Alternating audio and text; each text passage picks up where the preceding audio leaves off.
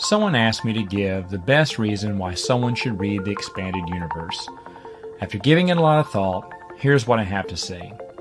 The expanded universe respects the reader. In the expanded universe, Luke Skywalker's optimism continues where it left off in Return of the Jedi. He's fulfilled hope to the galaxy, just like Obi-Wan said he would, not like the Disney movies where he gave up on the Jedi or even the whole galaxy for that matter. The character you see in those movies is not Luke. Luke isn't a quitter. He's not a pessimist. He's a leader. He's inspirational. And he's always there for his friends in times of need. Another character is Han Solo. He's introduced to us in A New Hope as a loner, a man who cares only for himself and nobody else. But by the end of Return of the Jedi, that all turns around when he finally finds friends he can trust and a true love to spend the rest of his life with. And that's exactly what he does in the expanded universe. Han is a devoted husband and father to Leia and their kids. He loves his family above all else. In the new movies, Han turns out to be a selfish deadbeat dad who ran out on his family when things get tough. It's a complete 180 from the character that we saw from Return of the Jedi. Now, another thing the EU does is it rewards its readers. Attention to detail when it comes to continuity has never been done at such a level as when it was performed by the expanded universe. Avid readers will constantly be rewarded for their diligence as comics, novels, video games, and even children's books share connections throughout the entire series, making it almost a flawless, continuous story.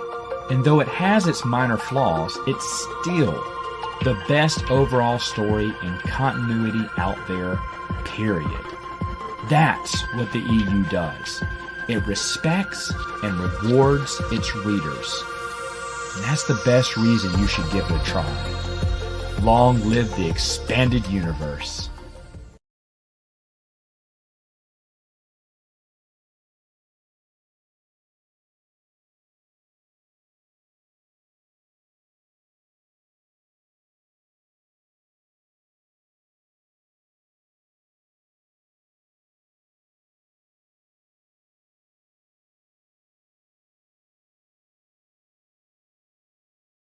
This is where the fun begins.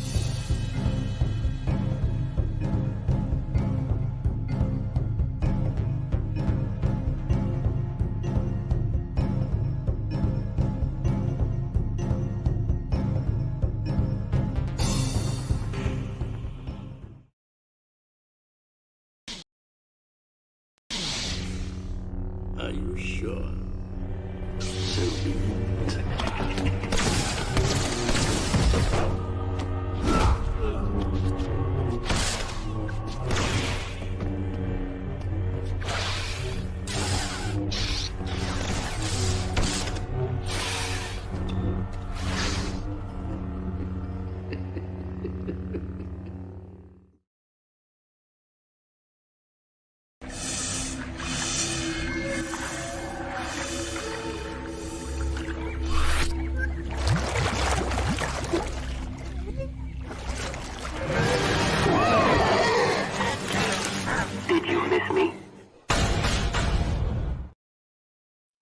Hello, everyone, and welcome to CAF Chat, and welcome to my channel, OG Star Wars, which is dedicated mostly to pre-Disney, George Lucas era of Star Wars. And of course, we do dish on Disney Star Wars from time to time in the state of Star Wars and also through Cringe Factor. Again, my name is Alora Baga. If you are joining, please hit the like button. Most of all, subscribe. That's what's important here is the subscriptions. Likes gets me out there in the algorithms, but subscriptions even more. So invite your friends, your family who enjoy the classical legacy of George Lucas and his Star Wars and have them subscribe. And as always, if you can afford to support the channel even further, become a channel member. Very important with that. Become a channel member and support that way. And today, I can't forget those who are catching the replay. So rewind.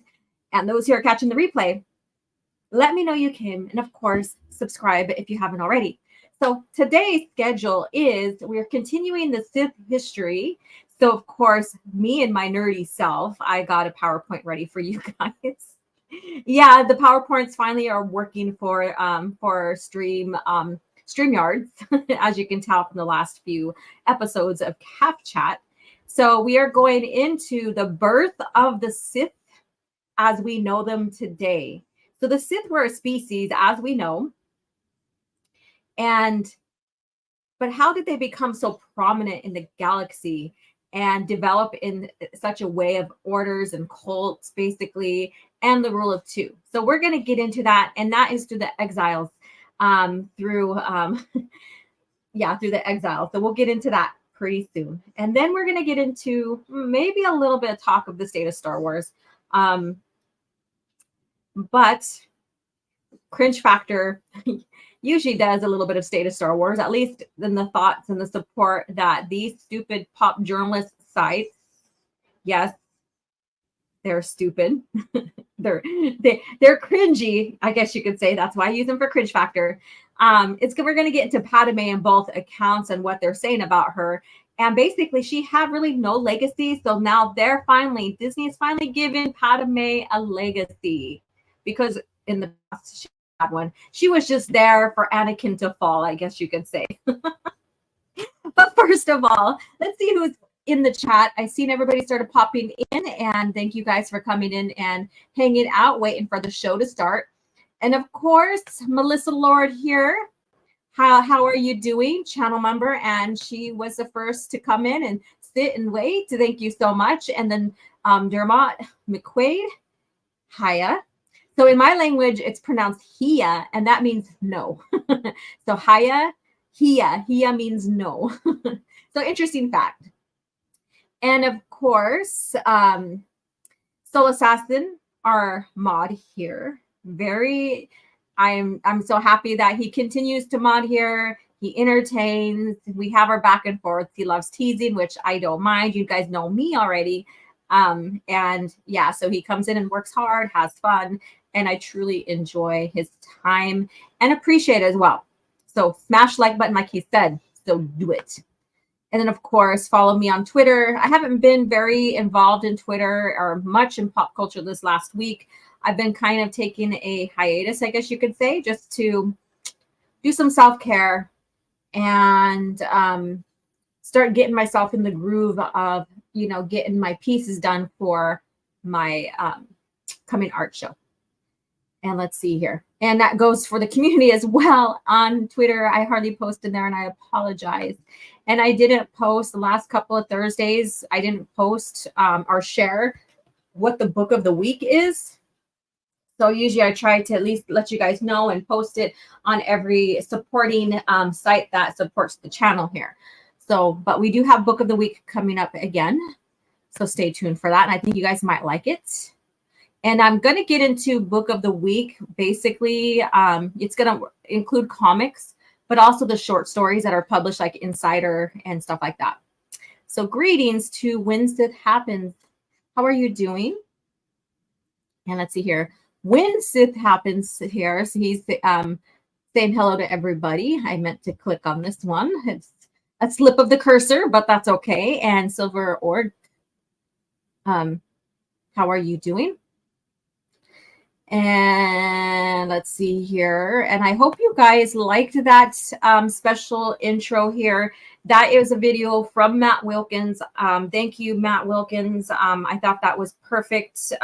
He didn't make it for me. It's on his channel. But I just wanted to highlight that because he describes why you should get into the EU so well with two of our main beloved characters from the movies.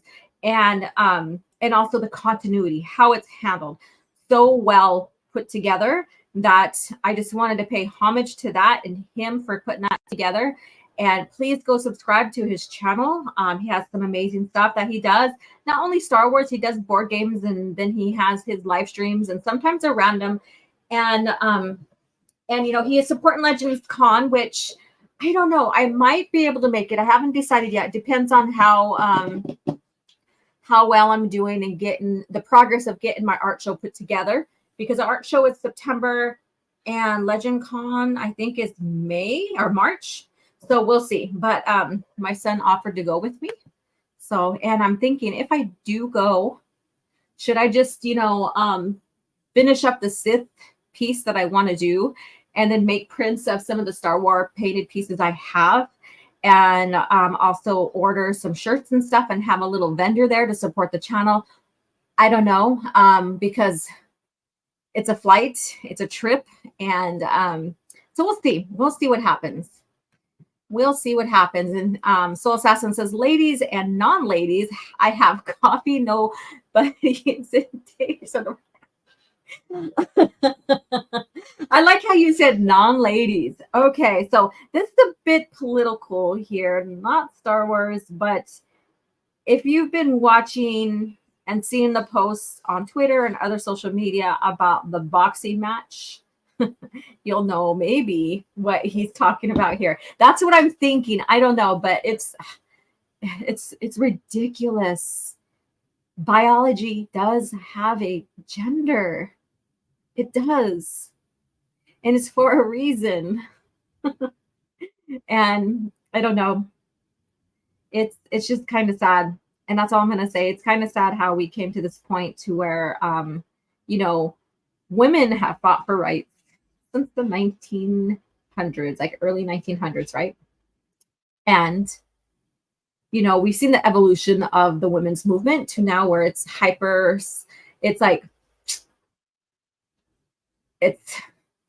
guess you could say it's polarizing in a sense, because it's extreme. And all the things that I feel like we have done it's now being turned on its head, I guess you could say, with women's rights and stuff like that. But I'm not going to get into that type of politics and stuff. It's just something I noticed since I woke up this morning, and I just couldn't take my mind off of it, and there you go. But let's go back to Star Wars. All right. Let's see here. And this right here. So this almost happened again. So I put on here, Darth Toby is rolling around on a bag. It's a plastic bag with the handles, right? And last time he did that, it did not end well. So his head got stuck in the plastic bag. He went off dashing. I had to go catch him and free him from the bag. Well, it nearly happened again. So he broke loose of it and left it in the living room. So he was in this art studio, and then I have the kitchen table that's by the door of the art studio. So the kitchen area or the dining area, and then straight ahead is the living room. That's kind of the how everything is. And so he darted out. You can hear him boom, boom, boom, boom, and stuff like that, and almost crashes into our DVDs and stuff like that, but he didn't have the bag on him. So Darth Toby almost did it again. And when Sith happens, cheers to you. Let's see here what's going on here. And why do I keep using J.J. Abrams? What? Why do they keep using? I thought I put an I there. That's why I was like, I did not read that right. Why do they keep using J.J. Abrams as the ambassador of nerd culture? Probably because he worked on Star Trek and stuff, but we all know that's bullshit, right? And then, of course, Star Wars, but we know it's bullshit. And let's see here. Yes, that was a brilliant analysis of Luke, even Han. So, I mean, if you don't pick up on all that was set up by George, the hero's journey is not only for Luke, but for Han Solo, and I've talked about this before, then you're either an idiot or you're being blind and not looking at it because you have your own narrative you want to follow, or maybe you don't see yourself that way, and so you feel like I need myself to be inserted. And so when they changed it up, you felt yourself was inserted. I don't know. It's just so, I'm so dumbfounded on how people like the newer generation can't recognize and relate to a hero's journey, but they can recognize and relate to being a villain, I guess. I don't know. Like Acolyte is the true example of that. Like being attracted. I mean, there's one thing being attracted to the bad boy, I guess you can say. It's another being attracted to a killer, a villain, whatever. I don't know. It's I'm dumbfounded by that. I don't know, but let's go on. Yes, fascinating theory.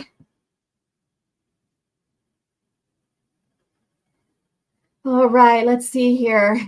And of course, my coffee is basically a little bit of sweetener, a little bit of cream. I relatively drink it dark, so nothing too fancy. I haven't had fancy coffee in a while on CAF Chat. Soulless Aspen says, I doubt there will ever be another series that matches the expanded universe. Exactly. And it was so coherent to the movies and expanded off the movies brilliantly that George Lucas received world record for the most novels in a single continuity tied to movies. And so that is a feat in itself. Yeah, he didn't write them, but he is the one who approved of them, you know, set rules and precedents of how they're supposed to be according to his, you know, his vision, I guess you can say. No one's going to match up his vision for certain plots and certain things like perfectly, because they're not George. Just like if I was to start doing a series of paintings and stuff like that, and I gave the description and then I asked you to do your own interpretation, it's not going to match mine, right? It never is, because we're two different individuals. It's going to be very similar with some differences because we are distinctively different, even though sometimes ideas can match up. So let's see what's going on here. And I think people don't comprehend that. I want more sensei birds. Okay, let's see here. And I'm just going down in the chat and then we'll get started with the Sith stuff. The Sith, we'll get Sithy with it. That was fucking corny. I know. Based Matt, almost as batted as my apple beer. Apple beer. Okay. Yeah, I've heard, I think Tim and maybe Melissa Ward talk about like the apple beer and stuff like that. I'm not a beer person. I don't like the taste of them and the smell of them. It's just me, never have. So yes, and shout out to Matt Wilkins. That's, of course, I know I'm highlighting myself, but I just wanted to give credit where credit's due. And, you know, sometimes he can pop in and listen. He works during this time frame. Sometimes he can't, which is fine. You know, life happens, but you know, we continue just to support each other no matter what. If only Matt Wilkins was running Lucasfilm instead of Kathleen Kennedy. Yeah, all that like what if kind of stuff, right? We can only now just imagine and wish. You know, it's so unrecognizable now. You know, but what can we do other than enjoy the true, real, classical Star Wars George Lucas era? He's alive because the dark side is a pathway to many abilities some consider unnatural. So I'm probably walking at Matt Wilkins. Yes, Matt Wilkins loved today. And then Luke fighting Palps. Palps looks meh, but remember, to non-force types, they're fighting so fast that there's a blur. Even anime stay true to the manga. I know you guys are having your own like bits of conversation here and stuff too. Oh wow, it jumped on me. Let's see here. You could stay faithful in spirit in an adaptation and not completely adapt something as one-for-one copy. Anime does it all the time. So did PJ Lord of the Rings. Oh, don't get me started on Lord of the Rings because I am not too happy with some of the like the changes of characters, basically, like Elrond and Aragorn. So yeah, I don't like how he changed those, but that's a whole nother topic for a whole nother time. We could debate on that. I'm finding how the Sith history only goes from 7,000 BBY with a few dates pre-Republic. So much history and what ifs that could have been correct. Keeping me company on a 6-mile run. Many thanks. Oh, thank you. Cool, Mono Drew. I hope that your run is pleasant. That'd be interesting if I can do like live streams while running, but that probably wouldn't be interesting because I'd be out of breath, not be able to talk. I don't know why I said that, but enjoy your run. What's your language tribe again? Lakota Sioux. So Sichangu Lakota. And I'm also Southern Ute and Apache. So those are my indigenous North American bloodlines. And then I'm also Filipina or Filipino. Yeah, with a little dash of French and Spanish there. So I never mentioned those, but I have a dash of French and Spanish because of the quote unquote colonization, which basically is what they did. They colonized all over all over the world. So I hate, don't think of colonization as a dirty word. It's just what they did. Colonization is establishing little areas of pertaining to your country and other nations and stuff. I'm tempted to get the Bounty Hunter remaster. It's a remaster, but it's Django. I'm conflicted here. Oh yeah, I see now. I didn't investigate too much of the remaster. I know it was posted. I think we did like share it with each other. But I don't know.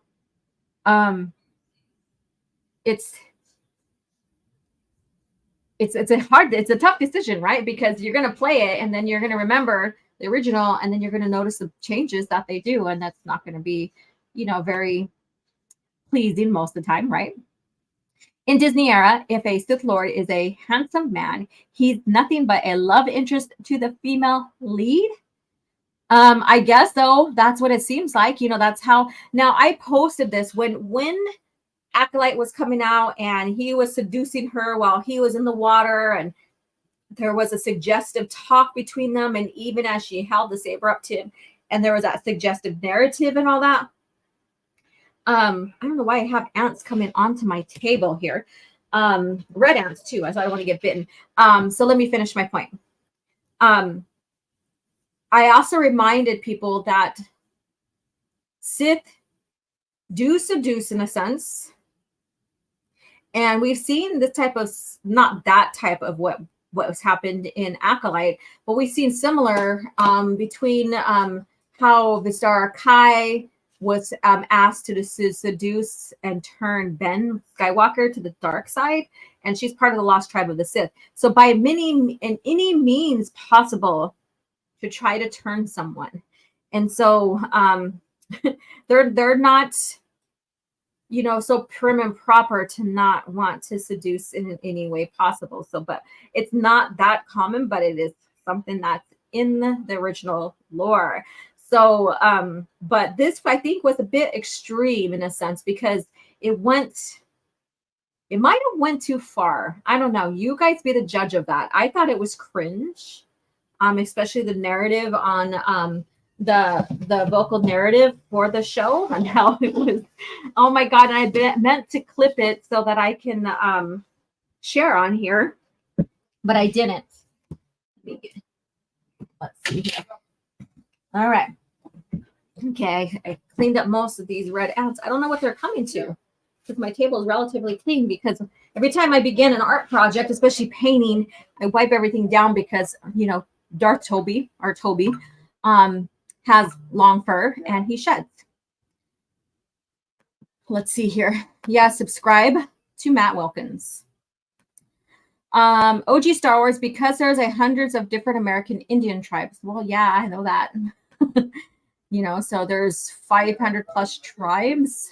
There's a lot more before all the genocide and stuff happened and the war and everything like that.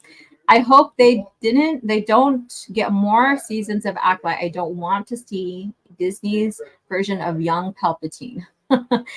That if they did that and they had to push it closer to the Phantom Menace timeline, that would be really odd. South Park predicted the future with Randy Savage winning the medal. South Park, there's a lot of parodies with that basically come to life. Hello everyone, and this is Star Wars Scran. How are you doing? Enjoy the stream. I'll be listening to the replay tomorrow during work. Like and subscribe. Yes, thank you. Thank you so much for coming in and saying hello and catching the replay. Let's see here.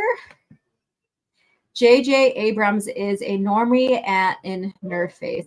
I won't even call him a normie, but hey, that's me. The fact they are even allowed to step on George's lore or pollute his vision make Disney Star Wars leave the prequel no-T era alone. They can't just leave the lore alone. Well, they have to tie to it. So what they're doing is using their version to make people view the OT and the PT in a different way, and not the way that George wanted us to view and see his movies. So the original EU is exactly to how George wanted us to see and view the movies through the expanded universe. So there's that. Yellow, everyone. How are you doing, Sergeant Curtis Schultz? How are you doing? When Sith happens says, I don't know about anyone else, but I always consider Palpatine the true hero of the OT. Okay. Of course, when Sith happens, I think I know why you do feel that way. There was also a Star Trek lit verse that was erased from Kurtzman for Kurtzman's track that followed Disney. Example, even praised Disney for erasing the EU. Yeah, there's all that. Oh my God, it jumped on me. Woo, there's a lot of chats coming in. You guys are amazing. I'm going to try to get through them and we'll get started. In fact, let's go ahead and put some visual up right now. So let's see. I did download it. Yes, I did. So there we go. So here's a visual here. I'll just leave it here.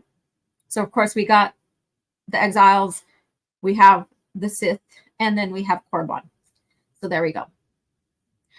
All right. So this could remind me not to jabber on much longer with you guys, although I love to get get into the chat with you guys and really just chat away and talk, and all that. So up and bottom beers. Oh, why did I? I totally got into the melody of that. Wow. The 90s era respects Star Trek's lore and the modern era.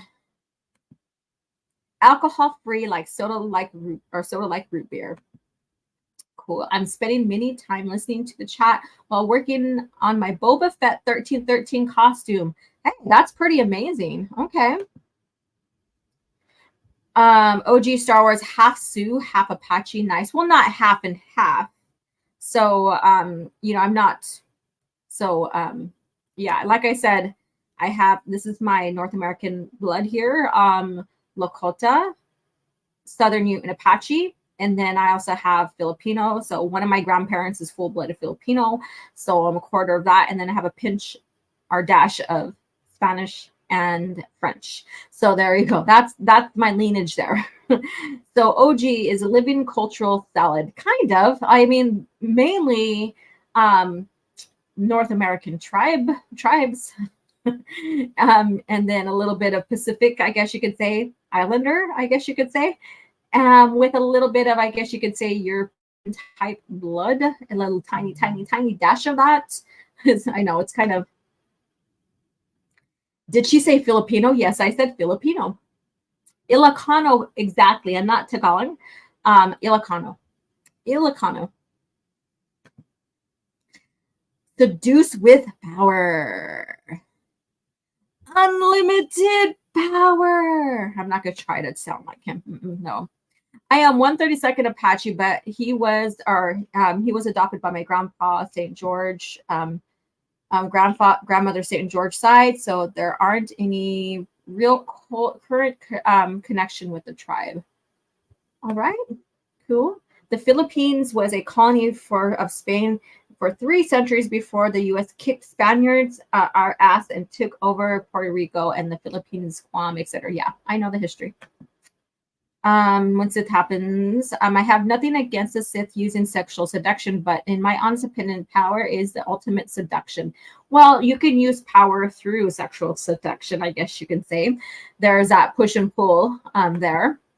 So I never saw Sith seducing with cringe and creepiness, but given who's behind the show, I guess that's why they consider the seduction. Yeah, that's true. That's why I said it's off, because if you read Legacy's Fate of the Jedi and how Mr. Kai's father and the Lost Tribe wanted to bring Ben to the dark side to be one of them. That's what the father was saying. Use any means of seduction or seduce or manipulation, and that's including love. So do what you must, basically. So I'm totally paraphrasing, but that's what it was. But you didn't see her like go out in the middle of the lake and all naked with her breasts floating in the water. And he's over there like, holding on to, I don't know, because when she was holding on to the lightsaber, he's like, oh, doesn't that rod feel good in your hand? Yeah. So we don't see, it was tastefully done in the original lore. Oh, you guys know I talk crazy. So if you guys are tuning in for the first time and you're like, oh my God, did she really just say that stuff? Well, get used to it, right? Soul assassin. And let's see, red ants, probably food and water nearby. Probably, but I cleaned up and stuff, so I don't know what happened. And young Sheev will end up being a little child in Acolyte season 2. Ooh.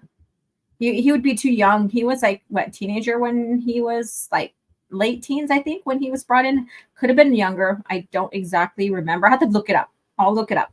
My theory is that Leslie Headland intended the soy boy Jedi to be later revealed in the young.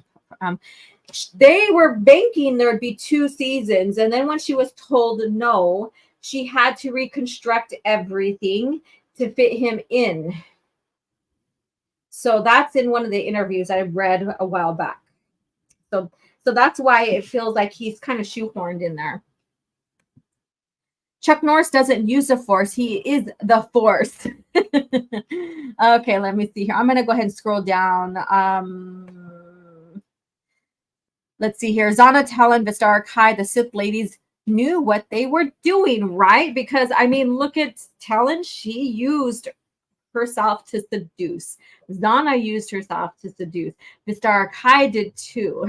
So, I mean, they were very good looking, So, I mean, that's just how it went, right? That's just how it went. And Dormant says, I'm British. I should have said ass. Yeah, I have no native blood. My sister-in-law and her children do. I never really asked what tribe in Massachusetts. Oh, okay.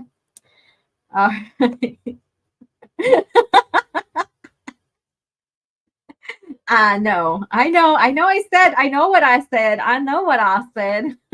All right. With that being said, let me see. When the Sith and Jedi use the Force, they have to pay Chuck Norris legal fee for permission. And so there we go. So with this being said, I am using Book of the Sith as part of my sources here, or as most of my sources here, because it's easier to do that than write all these notes down. So, and it's all summed up easy too. And I'm going to give you guys too some of the footnotes that's like Luke and Palpatine had left, because I think it's pretty interesting. Last time I don't think I did, but just hearing their annotations in this book of Sith, it highlights a lot of things. So let's see here. Get your books here. Yes. So those who have Book of Sith, go ahead and grab your book. If not, don't worry about it. We're going to get started here. So hopefully I'm done within 20, 30 minutes so that we can get into Cringe Factor, maybe a little longer. I'm not trying to push, but I'm not trying to rush, So I'm part Twi'lek and the third Hatise of my mother's side. There we go. And take a sip of coffee here. I forgot to grab my water, but that's okay. So Exile Year 1, Month 3 and 4. So these are just notes in this here. Exile and Arrival. So let's go ahead and change the scene here. Again, until I will have better pictures once I get my computer scanner to send to my computer. Something happened and it's not syncing, so I just did screenshots. So you guys are going to get what this is. So I apologize. And let's see here. And so we'll get into it. I am not I'm not Sith. I do not share their blood. So we know the Exiles were not Sith, of course. We know the Sith are a species. We went over that last week. And from that, you know, we also know that the Sith as we know them now, like through Palpatine and even through the Old Republic era and even into Legacy era, like even with the one Sith, how much they evolved, right? But we know the Sith species were very different in a sense on a galactic scale. They started to really come in, and the Sith started being birthed as we know them when the Exiles made it to Korriban. And they were being seen as, I guess you say, gods and praised, because the Sith, as their own people, were tribes. You know, King Ada, was it Ada? I think I said his name right. Or Addis. He's the one that united the Sith people in all the tribes. And they had a caste system. So they're very tribalistic, I guess you can say. So I wanted to bring that into the picture here. So within the culture, they were very tribalistic. They had castes. They had, you know, like, I guess you could say classisms, I guess you can say, if you want to call it that. If you want to relate the caste to class that we know today, like, you know, they have that. And when you look at the various different types of Sith orders and cults throughout the history of Star Wars, even though the castes were not called like Masasi and all this other stuff of the ancient Sith, they were very similar. You know, you had your armies, which was the Masasis, you know, and when you look at the Brotherhood of Darkness as well, they have similar themes, I guess you could say, if you want to call them themes, even though that they strayed away from the true origins of the Sith as we are seeing being developed now. Just like so this is very similar. I'm going to compare this to the Mandalorians, where the Tong used to be part of Coruscant before Coruscant was taken over and being created as a city planet. They left. They found Mandalore, and they established themselves there. Within their culture, it evolved over time as a culture, a warrior society, I guess you can say. You can even say commando society, whatever you want to call it. But their tribe, I guess you could say, their culture, who they are, wasn't just pertaining to their species. And, you know, they had their codes adopted and carried down through generations, even after the Tong died out, and the evolution of the Mandalore.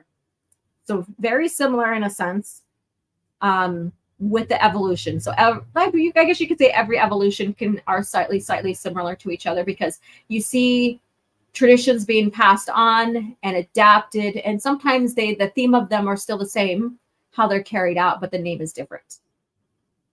So there we go. Let me see what you guys are talking about. And in the EU, there was a comic of Darth Vader visiting the planet ruled by aliens who looked exactly like velociraptors from JP. He called them Prime Minister a racial slur. I know what you're talking about. I'm trying to think about what that one was. I can't think of the name. But I know what you're talking about. I have it in my head. I think the Sith might have been treated like the Unitari, and kept separate from the other Republic worlds. Moraband is way out, like, you know, it's like outer rim, I guess you can say. Kind of in the unknown regions, I guess you can say. And they were relatively secluded. You know, they kicked the Rakata's ass, and they kicked them out. So that was because they're formidable type of people, right? So it's very interesting. And say snake is like that species variance in the inward. Let's see here. The Sith are like India's caste system. Masasi Sith. Masasi.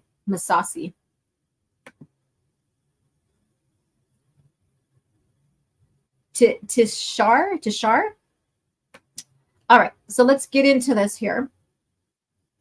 I'm going to begin again. So I am not a Sith. I do not share their blood, yet in the time since we arrived among the savage people, we have become their rulers, for the force strong must ever seek power. We have adopted their titles, their dress, and their traditions. We are no longer Jedi expelled from the Republic's smothering embrace. We are Jin Jedi, Lords of the Sith. So like I said, they came in, they quickly started ruling them. They used Sith alchemy because the Sith were humanoids, right? But they also used Sith alchemy so that they were compatible to breed with them. So that's why you have the purebloods, and you started seeing the Sith being bred out to where the species don't exist anymore. So there's that. We arrived here after the 100-Year War that nearly toppled the Jedi Order. The Jedi. So I'm not going to pull up what the 100-Year War is. I'm going to, maybe some other time we'll talk about some of these wars throughout history. That'd be a nice talk. All the wars throughout the Star Wars timeline, since Star Wars is about war, right?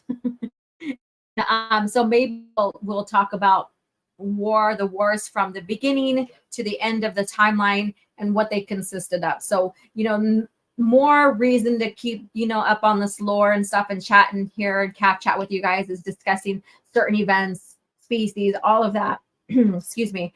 But yeah, that's a good topic here is the wars throughout Star Wars, right? Because if the Star Wars is about war, duh. So here we go. We arrived here after the 100. I already read that one.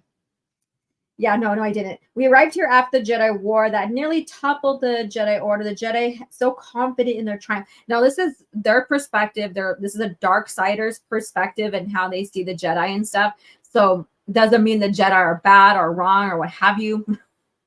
We'll get into that. There's one added cringe factor today, and so we'll get into that. And it kind of gets into this talk here. With lightsaber pointed at our backs, they marched us aboard the galleon that would take us into exile outside the Republic's borders. So there we go. So they had, the 100-Year War. Let me see here.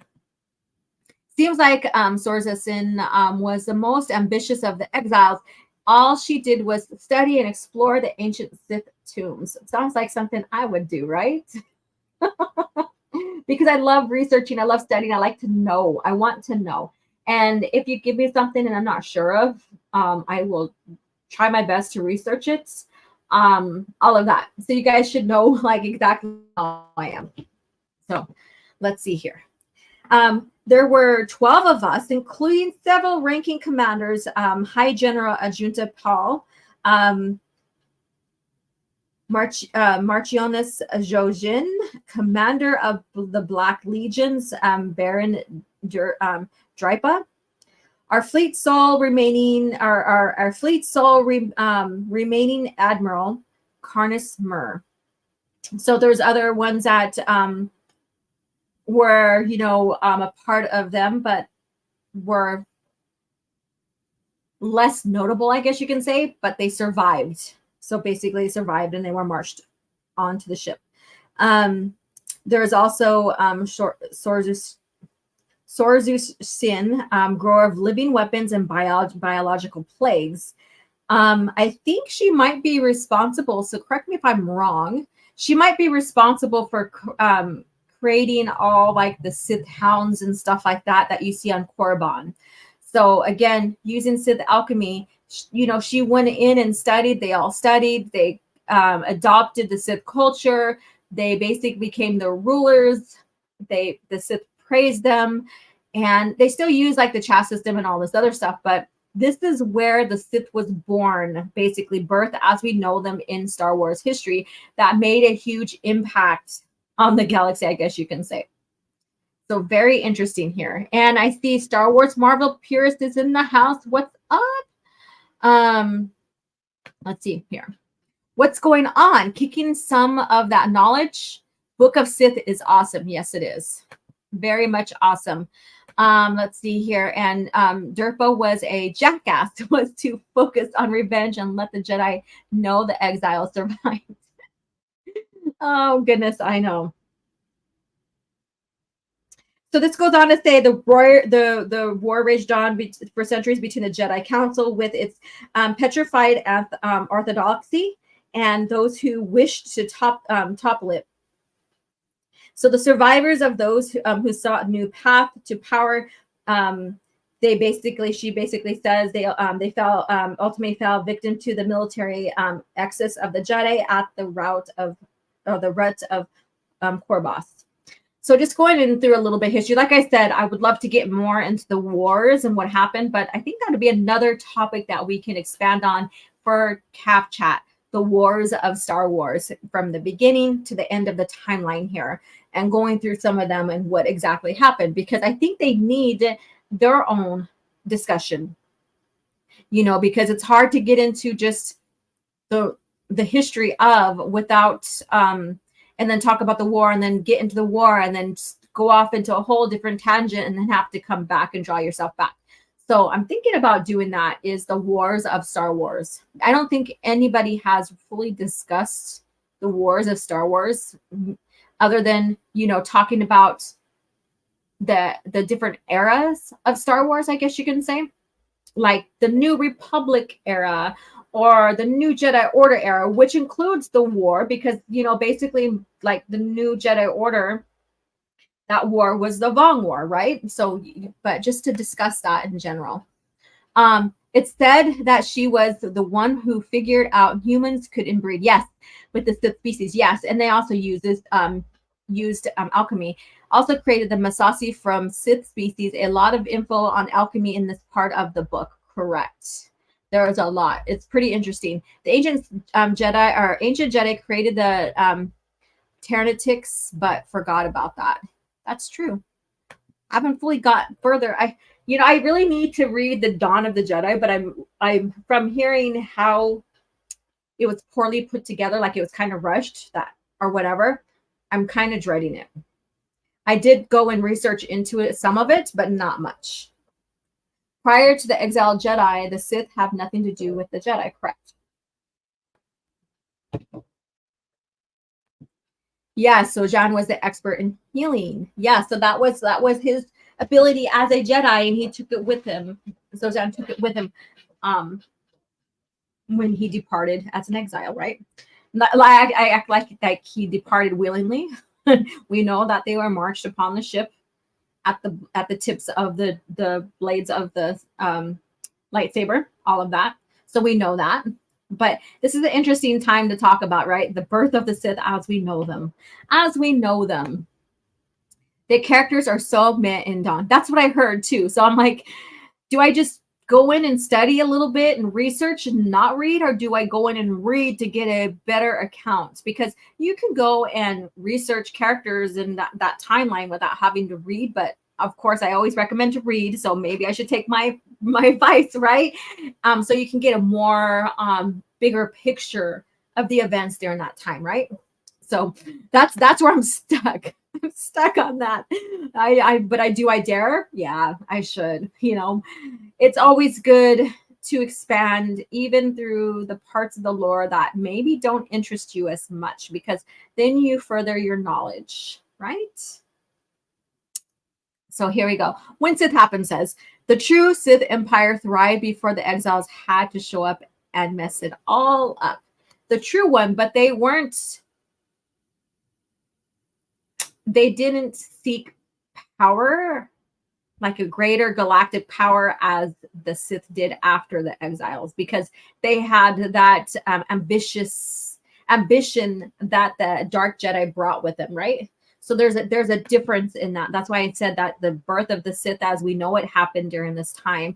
The Sith culture are dragged into the exiles feud. Yes, they are. Dawn is really rushed. Shame that it had so much potential. That's what I'm hearing. So that's why I'm like sitting on it, and I do have the book. I do have the book, and I'm like, And but then I'm thinking, do I dare see if it's on Audible, if it's unabridged, and do that, read it. So we'll see. We will see. Why is there only Dawn of the Jedi book? What do you mean there's only Dawn? Well, I'm just talking about one book, and that's the beginning. That's the first book in the whole timeline. If you read it in chronological order, not dated when it was published, basically. All right, so let's get into this.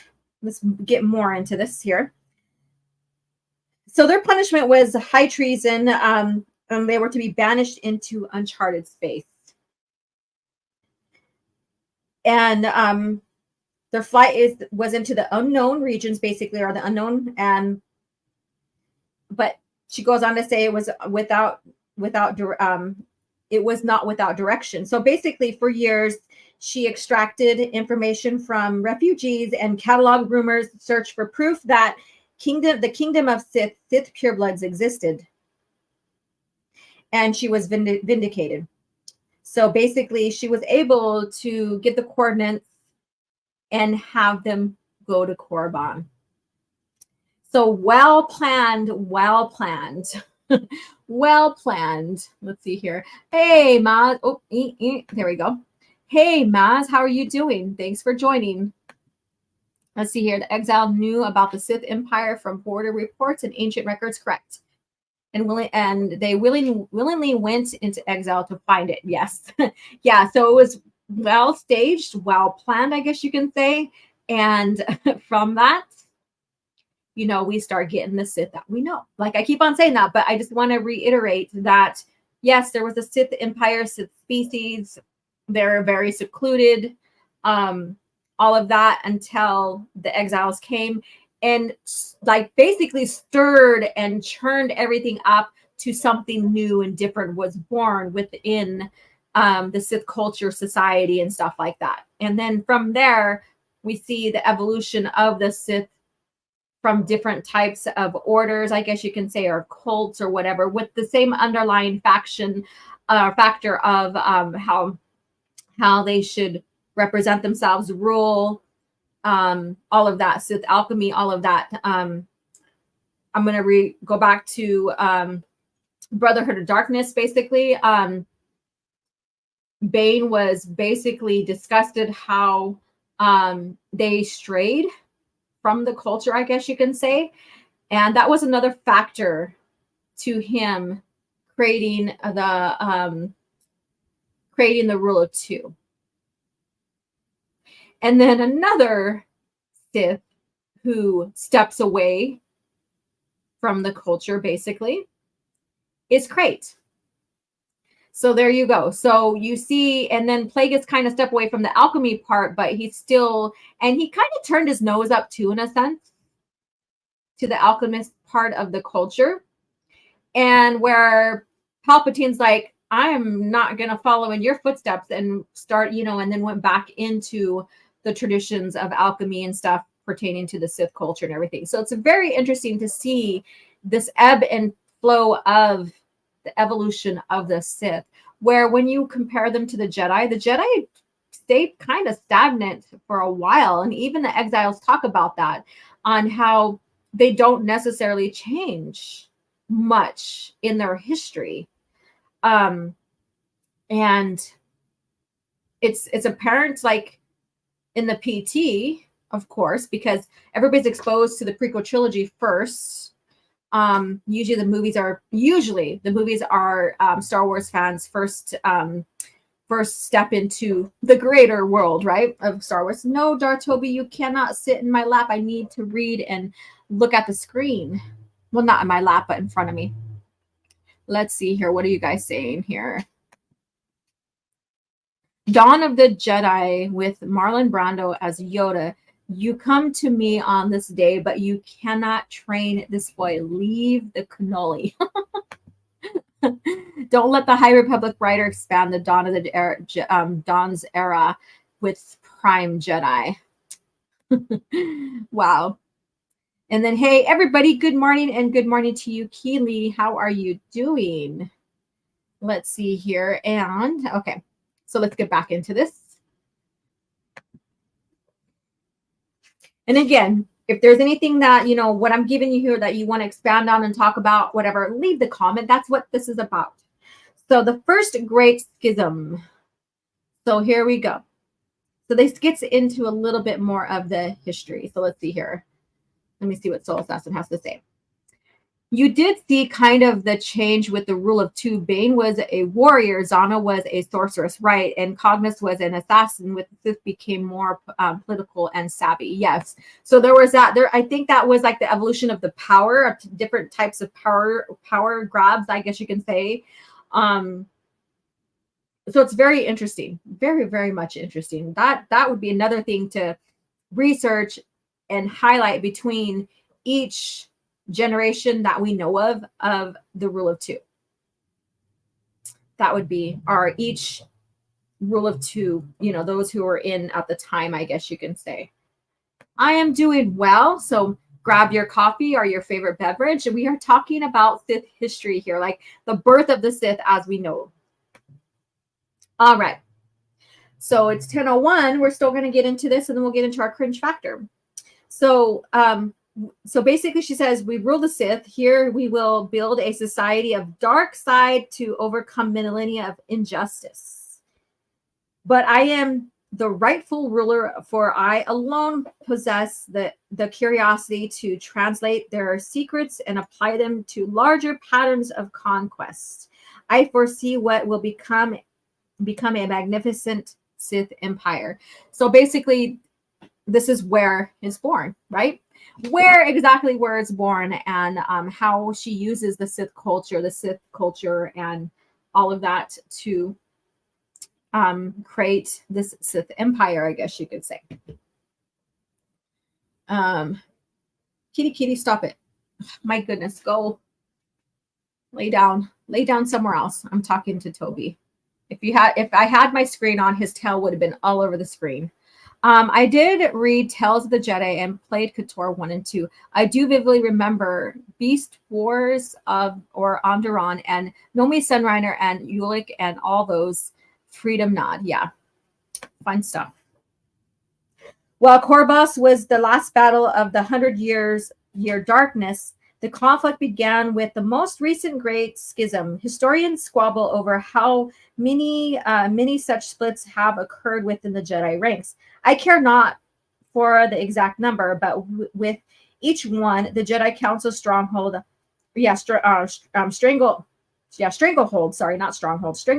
the ways of the Force weakened. Interesting.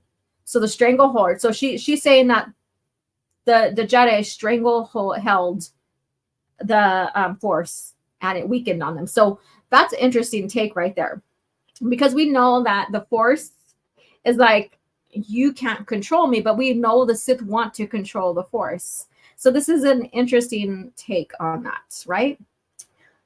The 100-year darkness was a particular yet predictable revolt against Jedi complacency. So there we go. So I was just talking about that. The Jedi was not evolved as nearly 20 millennia. Even after the Order's founding on Tython, most curious members realized the failings of their teachers, and so began the first schism.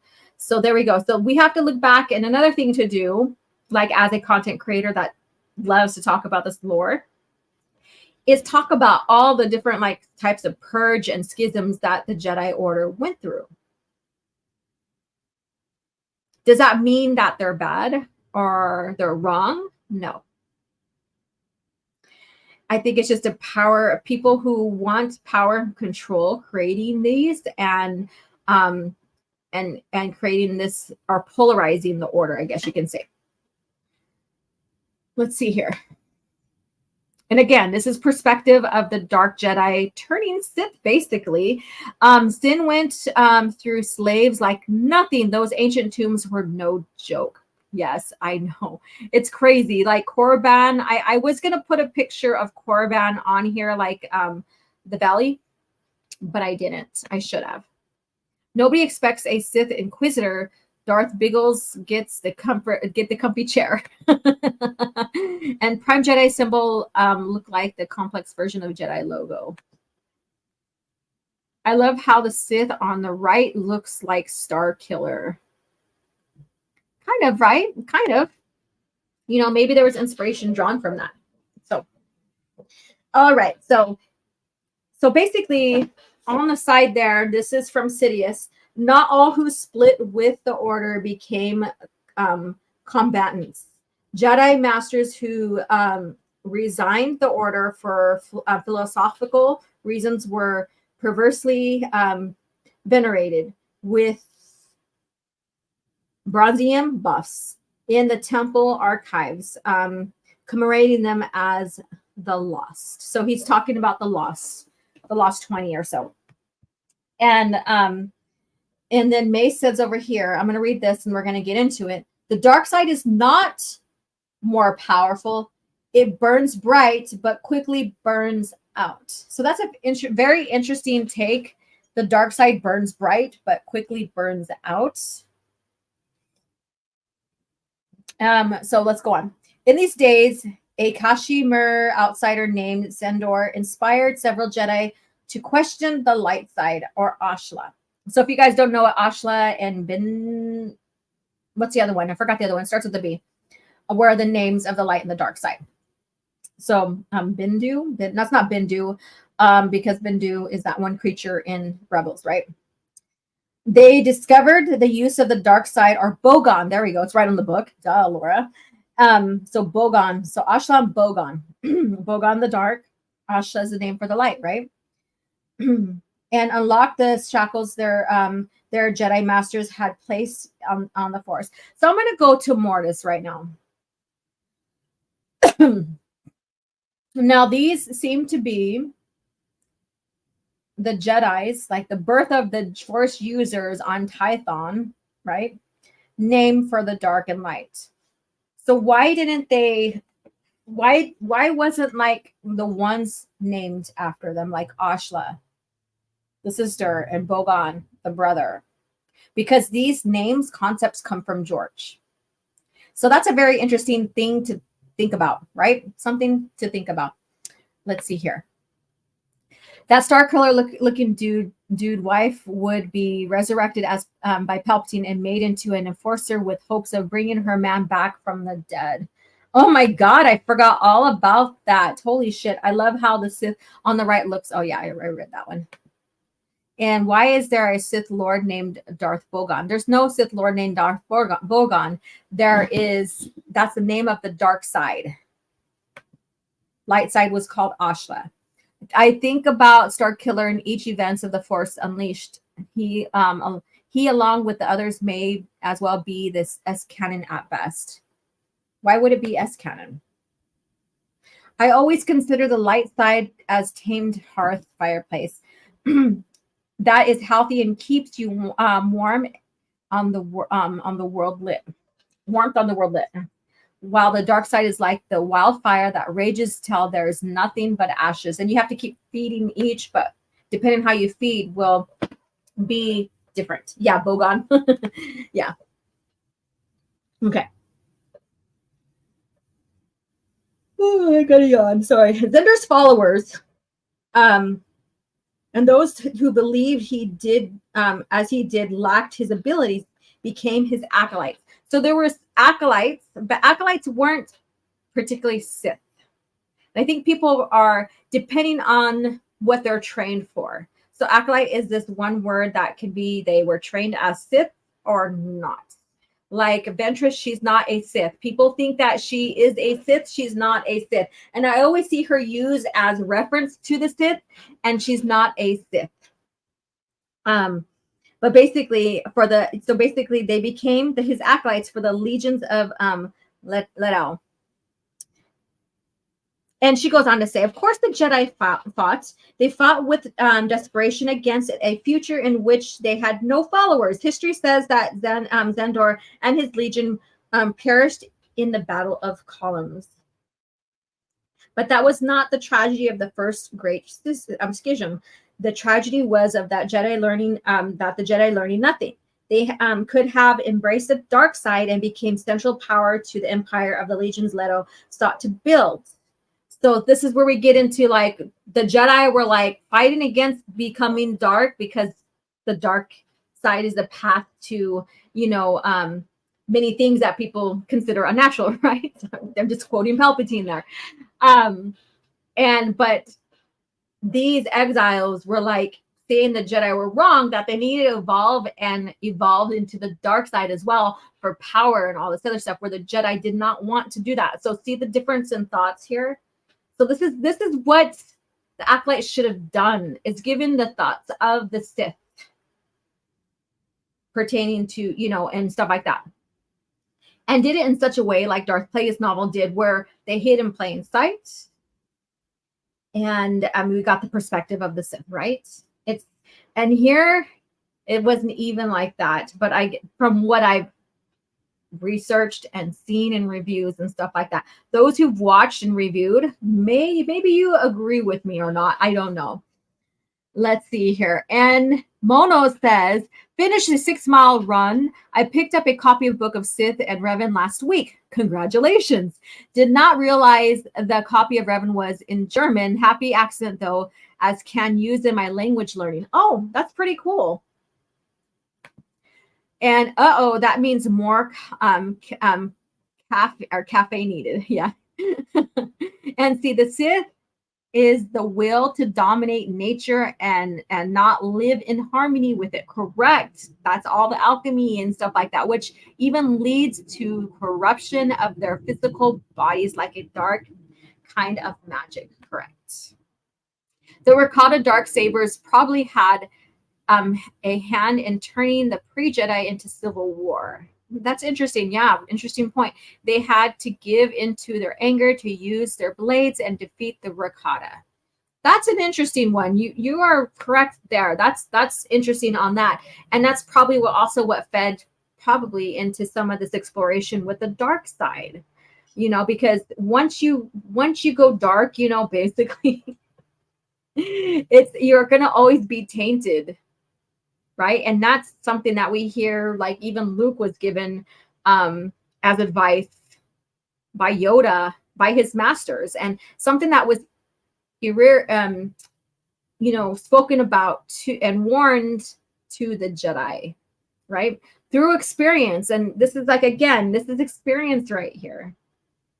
And these individuals, seeing that they were okay, that seeking this type of power was okay, and that the Jedi was weak because they didn't want this kind of power. So you see their mind thought here, their thoughts, their mind, their thoughts, all that. The daughter equals Ashla, the son equals Bogan, the father equals the Dyad. Oh my God. The father, like my thing is the father is not about balance, it was about peace, because the wife or the mother, Abeloth, she was about chaos, right? So he was about peace, maintaining peace, and he wasn't there about balance. That's how I seen that. But that's just, it makes more sense because balance basically is light. So how can he be balanced if he's not that? His daughter is, right? So when you compare in all directions, the son dark, the daughter light, the wife, Abeloth at the time, chaos or bringer of chaos. So he has to be something like bringer of peace, right? I mean, it only makes sense. But maybe maybe Filoni didn't come to that conclusion. I don't know. Wasn't the acolyte supposed to be about Plagueis and Sidious? No. Let's see here. Get your books here. Yes, Breath Books. Is a great source to get your books, especially non-Legends label, but they do have Legend labels, selling of Legend labeled books on that site too, so be careful. I always see Venomous and later Ventress as examples of weak loopholes involving the rule of two. Ventress is not a rule of two. She's not a Sith. She's just an acolyte, or you can even say an Inquisitor. So she was never trained as a Sith, and even Dooku laughed at her when she was trying to claim she was a Sith. So, so she's not. But Ventress is Ratatak, in Dark Acolyte. That's her origins. That's her main origins, her original who she is. Yes, the Mortis arc was such a mess. Yeah, I think that whatever they were trying to do just didn't fruition very well. All right, so let's continue on.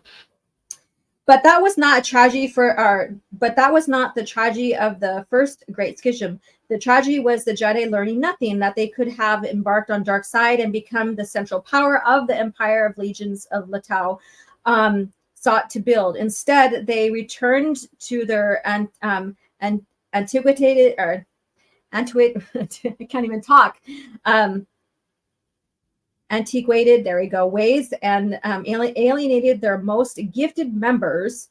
We exiles are the heirs to Xandor's bold heresy. So they see them as their gifted. They see themselves as their most gifted because they decided to go dark. They craved the power. They wanted something bigger. They wanted to rule, all of that. So see how they're what they're forming here, what they're doing here. So this is all in their mind. The 100-year darkness.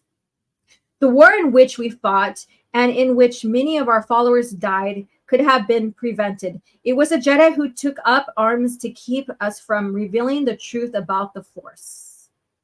So this is, again, perspective.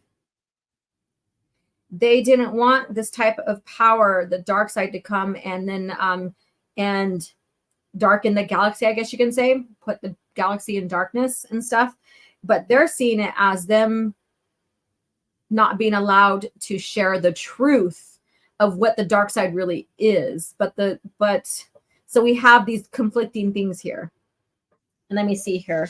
I'm going to switch back to the back page. I'm going to read you guys what Yoda annotated from the previous page.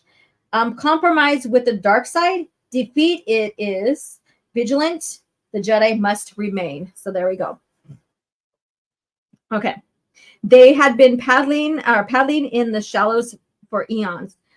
By boldly venturing into the Force's expanse, we gained power that no Jedi ever possessed. Life itself was at our command. It was I who grew the Leviathians. I'm probably saying that wrong. With splintered the Jedi barricades at Balmora. I gave them the ability to swallow spirits and to store those life energies in skin blisters. Now that's very fucking dark side if I, don't say so myself. Would say so myself. That is very dark side right there. The Leviathians. I'm just stumbling over this word. I know what they are. There's a picture. I have a picture in front of me here too. Excuse me. Exquisite monsters were the final culmination of the Shamblers, the Howlers, the Pit Horrors, and all the other spawn I'd give shape and purpose to. My purpose. The Jedi shunned this power. Of course they shunned it. That's evil fucking dark Leviathans. Thank you. I was going to say Leviathans. Leviathans. There we go. Thank you. Because I cannot read some of these these words here. I'm going to say dumb words. They're not dumb.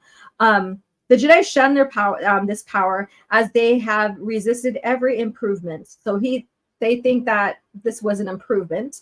They caused the schism in their own ranks until we annihilated the order. The pattern will until we annihilate the order. The pattern will continue repeating forever. Forever. So Anakin was never fully Sith, in my honest opinion. He still possessed the heart of the Jedi. He could be redeemed because his core, he had spark of good in him. I think he still was Sith. I think that especially if you come from the light, well, you'll always have some kind of light side in you. But also, everybody in the Star Wars universe galaxy has dark and light with them, I guess you can say.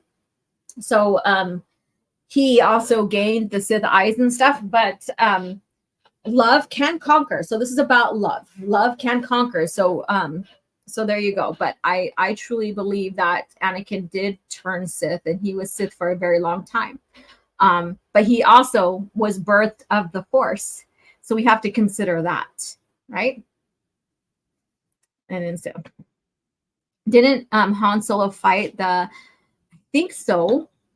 I don't remember. Find that source for me. That's interesting. All right, so Mace goes on to say this. The Sith perversion of living things violates the very essence of the Force. Life creates it, allows us to tap its potential. We obey its will, not the other way around. So he's talking about the perversions of the dark side, which they thought was an expansion of Force abilities and how the Jedi should evolve, right? And so Mace is saying how it is. We obey its will, not the other way around. We are parts of the organism. I can't even friggin' talk today. What the hell's wrong with me? Not its breeders.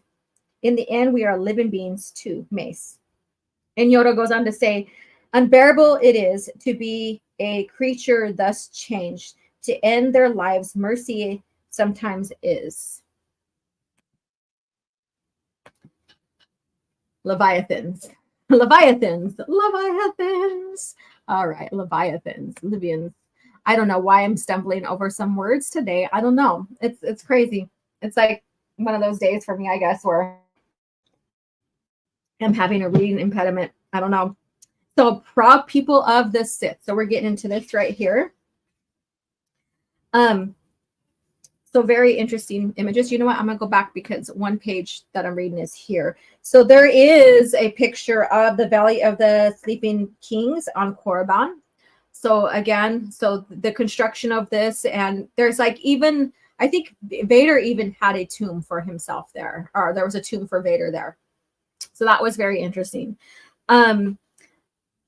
I guided our creaking galleon through the hyperspace. So we're going back to they're going into exile. Breakwater, known as the Stygian caldera, which could not have been accomplished without command of the Force. For this reason, navigators have found no true routes to Sith space, only blind jumps. So that's very interesting. If you want to get into the mechanics of hyperspace and all that. Those who are strong with the dark side, like myself, can sense the way as the Devlik can sense magnetic north. So there's something that I was reading. I forgot what book it was in.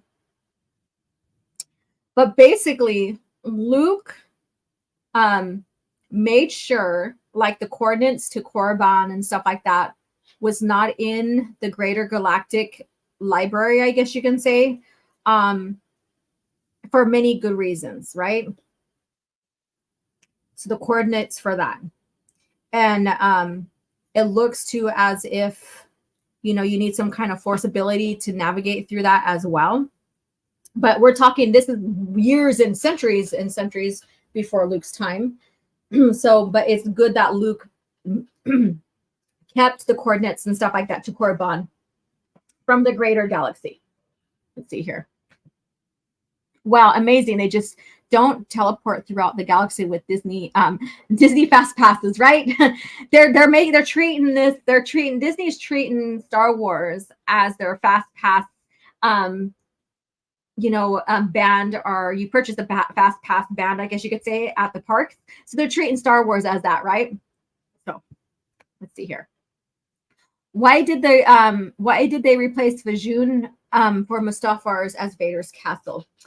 I don't know. I'm not going to get into that. I don't know. I can't give you an answer on that. Corvos miners woke up the Leviathans. Yay. Thank you. So Star Wars Marvel Pierce for helping me out there. His Praxium and New Republic had to deal with. Yeah. It's very interesting. Very interesting. At first, I was like, why in the hell would Luke keep this, the coordinates and stuff like that to Korriban and stuff like that? But there's a very perfect reason why, so this goes kind of into it. We touch down on Korriban, the world that screams the loudest for those who can hear its dark side voice. It is on Korriban that the Sith purebloods began. It is here that they often return in death. We stepped out of the cramped reek of our interstellar prison into the light of an unfamiliar sun. Grand tombs carved from the planet's stone surrounded us. The sand was littered with the bones of of 1,000 kings. The Sith greeted us. Despite our obvious superior powers, we were not hailed as gods when we arrived. It took weeks for us to understand the power structure of their culture, to undermine it, and to annihilate the current king. Ajunta Paul beheaded their ruler, Akagram Grush. Again, sorry if I butchered that. And claimed the throne as the blood heir to the ancestral King Addas. We became his shadow hands. So imagine that. They went in and they basically infiltrated. This is all about power, right? So the Sith, this dark side is all about power. Whether you're a Sith or a dark Jedi or what have you, it all has the same underlying structure. And the Jedi didn't want that. They didn't see it as natural. They didn't see it as serving the galaxy, what have you. And so that's why, they fought against it. But that's also why these exiles and stuff, they seen the Jedi as failing because they didn't want that type of power. So seeing both sides is a good way to, get into and analyze Star Wars as a whole and understand who are the villains and who aren't the villains. That the Jedi aren't, warped or wrong or bad or evil or what have you that Disney's trying to impose on the lore now. And this goes into it because we're getting into the Sith perspective, the dark Jedi / Sith perspective, the birth of the Sith as we know it. So this is what Sidious says about Korriban. Korriban has lost potency over the past 7,000 years, but it still whispers of dark secrets. And he was an avid collector of Sith archives and knowledge and all that. So he was avid collector. Grush's spirit survived and took over some guy's body around the time of Luke's order. He's supposedly still out there. Yeah, that's interesting. I mean, what an exciting story that could have been if they expanded on that some more, right? Let's see here. You can't come lay in my arms. I need to read and see the screen, Toby. Oh my God. Dude. I love you, but I can't have this right now. No cuddle time. Sorry. I'm denying Toby his pleasures right now of being cuddled and stuff. You'll find nothing in Korriban but legends, Jedi, and Taurus Plagueis. Yeah. And the Jedi represents peace while the Sith represent war. Yeah, that's another way to look at that. Very good analogy. Very good. From that time on, let me go ahead and we're on the second page or the other page. So from that time on, I made my goal to understand the Sith faith and the treasures that might await us in this realm. Drypa's fleet experience at last proves useful as the two of us map the local hyper lanes. Pretty interesting. Now, this is way back in the days. This isn't like 200 years before the Phantom Menace, and they're still mapping out hyperspace lanes, right? This is like 7,000 plus, going back to 25,000 plus years, right? So we're getting into the earliest known history of Star Wars, and they're mapping out hyperspace. When you get into the Rakata, they're the ones that were the inventors of hyperspace travel, basically. So we can give them that credit. And when they tried to go and conquer Corellia, I think they were defeated there too. But they took the ships later and adapted it so humans and other species can travel. So very interesting bit of history right there. So it's very fascinating if you want to get more into it. So let me see what you guys are saying. I do like the idea of passion and attachment, just none of the greed or evil. The celibate monk thing and being dispassionate, not my favorite, to be honest. Yeah, well, there's a thing that's one thing that Luke brought out, and we've seen it throughout the history of Jedi, where you can have attachments or you can have non-attachment when it comes to love and stuff like that. Why did the Sith wear black robes? It is their preference, I guess you could say, but George Lucas made it so they are black evil kind of distinction visually. But Ashla is a perversion of the dark, for the dark as always preceded the light. The original idea was to capture the power of the Force and make it subservient to the will of sentient life. So, there we go. Continue on. The ancient, the Celestials, the Rakata didn't pronounce judgment on their works. They moved planets or organized star systems, conjured dark side devices, Darth Plagueis. Yeah, I know. And I know you guys are still, when is you and Raging Rhino doing the last part of Darth Plagueis? I know you guys have it scheduled, so I don't think it happened again. So let me know. You mean hyperspace travel was not invented by hyper farting cosmic whales? Nope. Forgot about them. Before the hyperdrive, they used sleeper ships, correct. So they would go into stasis, basically in carbonization. They would get carbonized, basically, and which slowed down the body significantly, so they didn't really age much. And you could say that's probably what helped Han not age as much, too. He lost a year because he was in carbonite, right? And frozen in carbonite. So doesn't matter much for a year, but when you put yourself in that kind of stasis and carbonite and in the sleeper ships, and that's how it was used, you're not really aging. So when you wake up and stuff like that, you're still your current age. At least that's what I got of that. So, but as hyperspace technology started evolving more and more and more, that's where you get, hyperspace, hyperdrives and all this other stuff in the quick travel. The Corellians and the Duros reverse engineered Rakatan technology to create the known galaxies hyperdrives, correct. So I didn't give the Duros any credit, but I thought of the Corellians.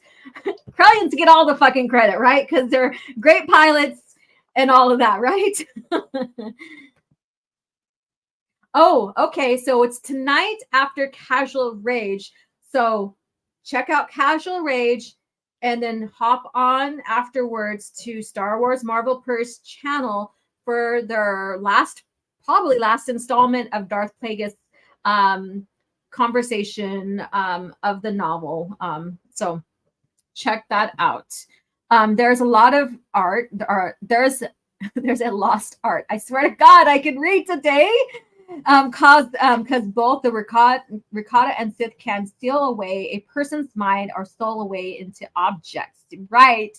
Celeste meaning basically, probably for the best that it's forgotten tech abilities. Yeah. And then I always wondered about what about that. Did Jedi have colony ships and an academy-like things on the ship? Like Outbound Flight, which Thrawn ended. So there was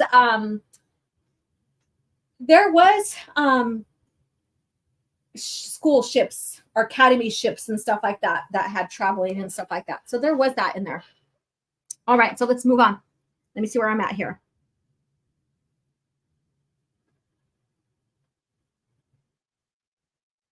All right, yeah, I'm done here. So in here. All right. Had to make sure that I left off on the right side here. Our works identified the looping hyperspace lanes within the Stygian caldera that contain the planet of the Sith Empire. The Nash Belphia route links Ziost, Kar, Delba, Kalig, and Kuris, and Korriban, the 5 worlds most sacred to the Sith. So many of you guys may know a lot about Ziost. So that was also visited in Legacy of the Force. Legacy of the Force.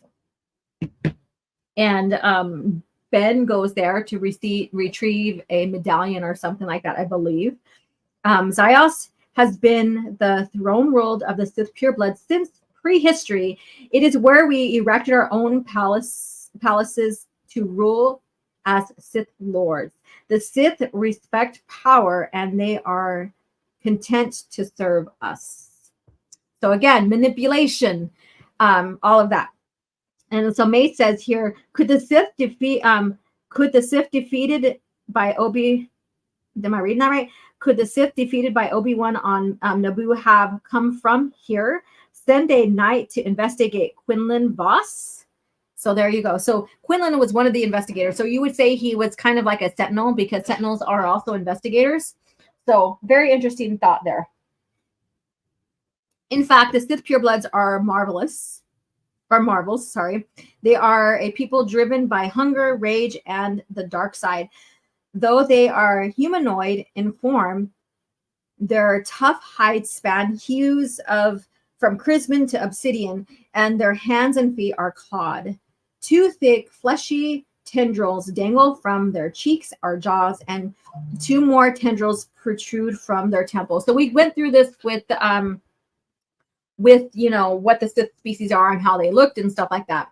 So after much experimentation, I have concluded that their blood is sufficiently similar to our own to permit alchemical crossbreeding. I know Drapa, for one, has had his eye on a Sith priestess. He will be pleased to learn his bloodline will not only persist but thrive. So there you go. There's that. So Mace goes on to say, interesting. We don't know if it was cataclysm or the crossbreeding mentioned here, but no trace of the Sith species remains. So he goes on and talks about that.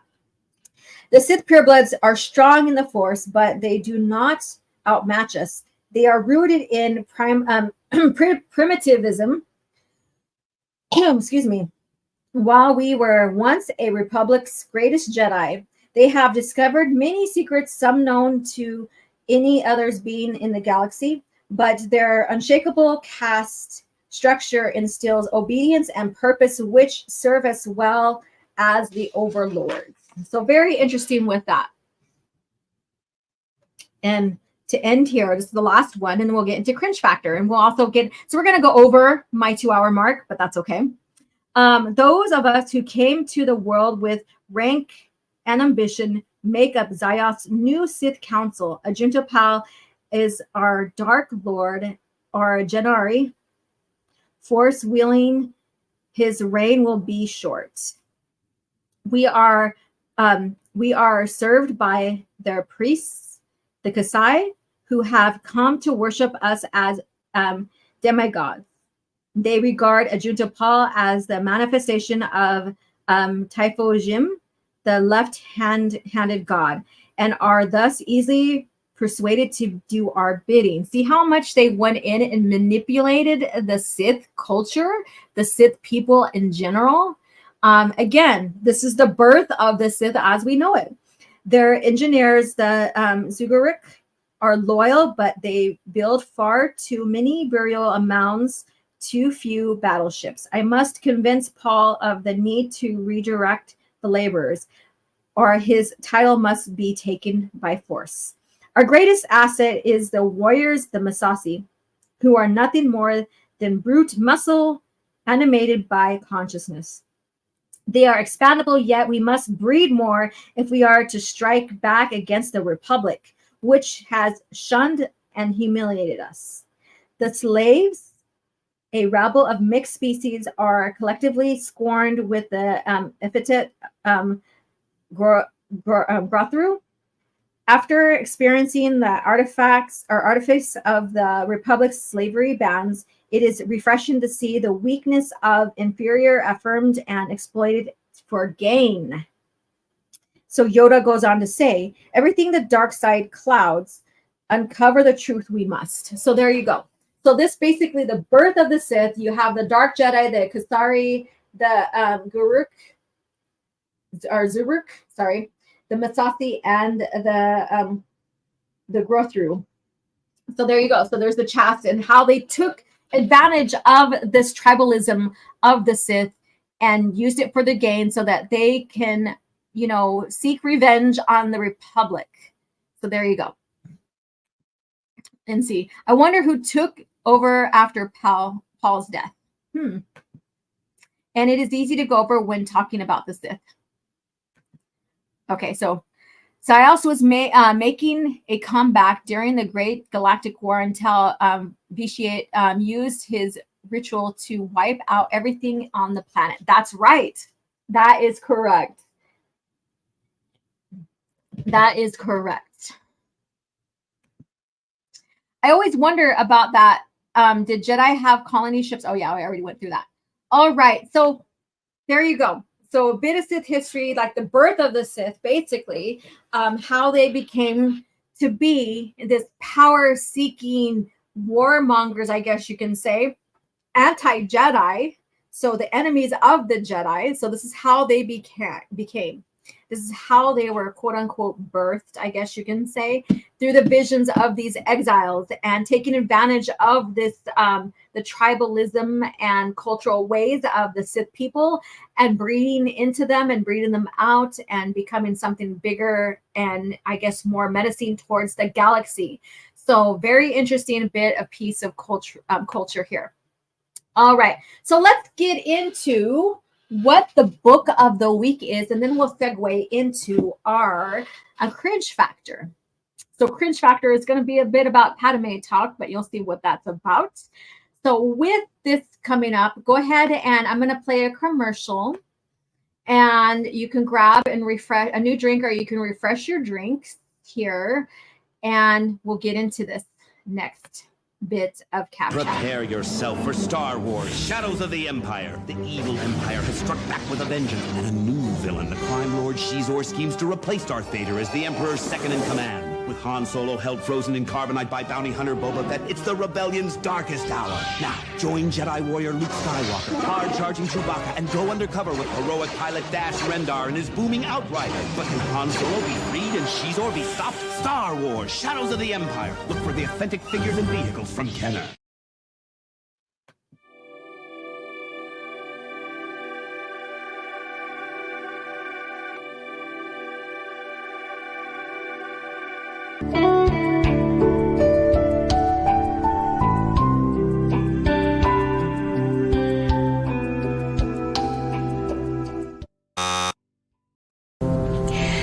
I hate to say it, but it looks like the item you're searching for doesn't exist. Impossible. Perhaps the archives are incomplete. If an item does not appear in our records, it does not exist. All right. So the book of the week, CAF Chat's book of the week, is Shadows of the Empire. I'm going to say the book, but I'm also going to say the multimedia project. Might as well just have everything thrown in. The multimedia project, you have your comics, you have the soundtrack, which I have it in vinyl. You have the novel, you have the game. So you have all of that, all of it building upon its own story within the greater story of Star Wars here. So Shadows of the Empire, I played the commercial on purpose because I was like, oh, perfect. I have it already here. So I'm going to play that. Dun, dun, dun. So here we go. Shadows of the Empire. I highly recommend it. You get the scene of Luke learning how to make his first lightsaber through the training journal that Obi-Wan has created for him. You have them trying to scheme for and find where Han is being taken by Boba, and many other few adventures in there. So on my channel here, I have an EU short, and it's basically Luke was captured so that he can be sent to Vader for the bounty, and the bounty hunters basically talk about how it's only for a business, but we do commend you for killing off Jabba. So there's that bit of history there, which is very interesting. So I highly recommend finding that. I'll probably try to share it later on my Twitter. But finding that how he got out of being captive by the bounty hunters and fleeing and stuff like that, and how impressed Vader was with his abilities, right? So that short is on my channel. It goes into Shadows of the Empire, basically. Very good book. Some people say it's kind of slow in how it was written. I rather enjoyed it for what it is. Bits of history here, how Leia got her disguised for, entering into Jabba's palace and stuff like that. So all of that, and Zizor trying to usurp Vader's, I guess you can say, command or whatever, being Palpatine's, best guy, kind of like two brothers fighting over the attention of a father, I guess you can say, between Zizor and Vader. So very interesting bits of stories here. And the whole multimedia project is fun read, and I highly recommend it. So book of the week, Shadows of the Empire, nod to the multimedia project. So we went from Sith lore all the way, the beginning of Sith lore as we know it, all the way now into the future part of Star Wars. The events happening between Empire Strikes Back and Return of the Jedi. So again, Star Wars is so fucking expansive. It's interesting how you can talk about a history event in one time frame and then a recommended book, a bit of lore in another. So Zizor's letting it all hang out. Oh my God. And how he was trying to seduce Leia. Oh my God. Yeah. Hey there, Fractured Filter. How you doing? Or like the Dragon Ball IP for Toriyama's death between one of Toriyama's successors versus Shueisha. So sorry if I butchered that. Let's see here. Oh, you found it. Woo, thank you. You're so reliable. Thank you so much. And howdy, y'all. Again, I said hello, but like to highlight you as well. LucasArts really liked the multimedia projects, went through a few of them, correct. And it gave us a movie feel without actually having the movies, and stuff like that.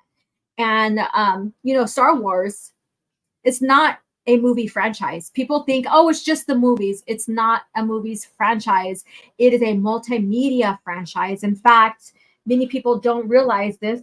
Many of you guys here probably do, but Star Wars began with its novel first, and the second piece of Star Wars to come out was the comic number 1.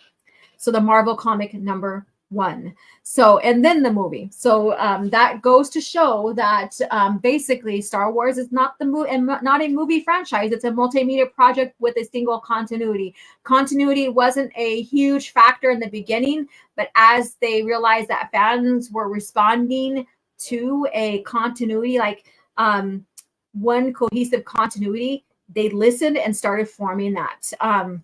So this is what happens when a franchise listens to who is paying their fucking bills, right? Who is buying their product and giving them what they want. Disney, for some reason, they failed to see that and, toss the EU and stuff like that out. All right. So I will post this. I promise I again will post this. I have to be more diligent and getting the recommendations posted on all the channel's resource sites, so that it can go out to the greater community, so people who can pick up this book and look up other resources for it, like the multimedia project stuff, like the record or the soundtrack, basically all of that. So I'll get that posted before or after I'm done here. So let's see here. So now we're going to get into Cringe Factor. So another opportunity to grab a snack, what have you, and let's get into the next segment of this show, and then we'll start closing out. I have fought the worst of all wars and witnessed the redemption of evil. I have seen balance restored to the Force. But order can turn to chaos, as it did when I was born. Now, with my loved ones and my loyal allies, I face a new challenge unlike any before. And I'm not sure at this time we can win. Star Wars Vector Prime by R.A. Salvatore, the first novel of the new Jedi Order.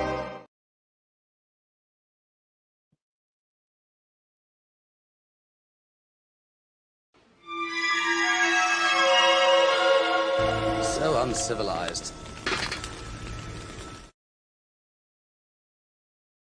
So uncivilized. And oh my God, so I'm locked out of this one. What the hell? Let me see if I can switch buttons here. Let me see if this is showing up on your guys' end. Oh, yes, it is. All right. I thought it was locked out. So Screen Rant is now having you become a member or whatever, having a login and stuff like that. I don't have one. And so sometimes I have to change between browsers to actually access the article. So fun times with that. So we're going to get into this right here. Let me. So sometimes I'm in Google, sometimes I'm in Windows, what have you, Explorer. So Star Wars next story will finally give Padme the low, you guys. What do you know about Padme's legacy when it comes to Star Wars? She had a legacy, right? I mean, do you guys recall that? You know, her legacy, like what she was about, what her purpose was. So why are they thinking that Padme did not have a legacy or something that she deserves as a legacy? Are they just saying that her legacy was just to be Anakin's wife and die in childbirth for the twins to be born? Is that what they're alluding to? So think about that. Oh man, I'm on time for Cringe Factor. Oh boy, ha ha ha. Right? You are. Oh no. You make more money by belittling and insulting your fan base, right? Right? I know, right? Let's see here. Oh God, I meant to highlight this earlier, but I'm never gonna get past that sharing the Dathomirian witch clans, right? Screen Rant just discovered deleted scenes publicly released right after the movies. Well, these deleted scenes are also in the novel, right? So they're in the Revenge of the Sith novel. Well, each novel for the PT movie novel has deleted scenes in there. So if they make it in the source materials, whether the movie or the novel or the comics, then they are canon, right? That people don't seem to comprehend it, because what did I say earlier? Just before we started here in Cringe Factor. Star Wars is a multimedia project. It's not just a movie franchise. So if it was publicized or produced or whatever you want to say in any of those sources, media sources, the movies, the novels, the comics, and then game is basically as canon, but they do have a canon story, right? So there's a canon story underlying the gameplay. So any one of those, especially in games, if it's the canon part, then it's canon, right? Then it's part of the continuity. It's part of the overall story. And I think a lot of people miss that, and they think it just only applies to the movie or what you see on TV or screen, which is not the case. The case. It's just like the fact that TCW started off as a film when in fact it was released in the novel first and foremost. I'll get into that later. Let me see here. And girl boss Padme, right? Can't wait. Yep.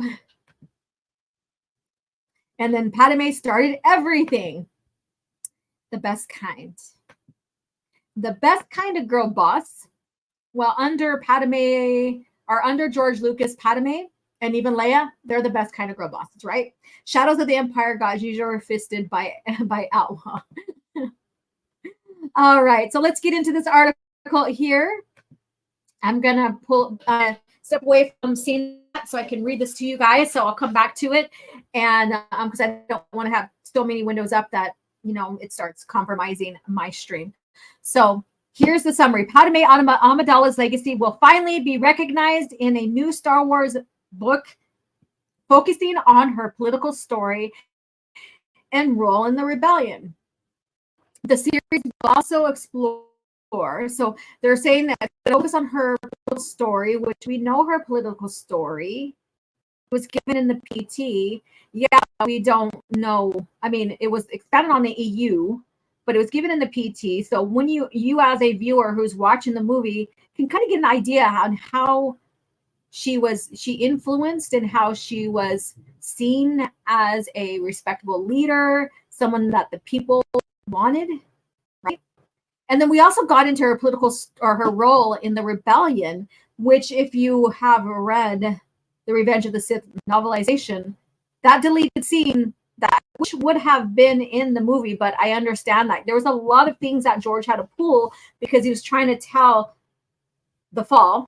You know, we've seen the fall throughout the PT, but like the actual fall, like the demise of the Jedi, I guess you could say, and Anakin. So there are some things that had to be cut out in a sense, but it was left in the novelization, right? The series will also explore the beginning of the rebellion through the role of Mon Mothma and Bail Organa. What? They're finally going to explore how they were a pivotal role in the rebellion, even though they had that chance already in a couple of shows. Wow. This is a huge misstep for Disney, because when you look at the EU respectfully,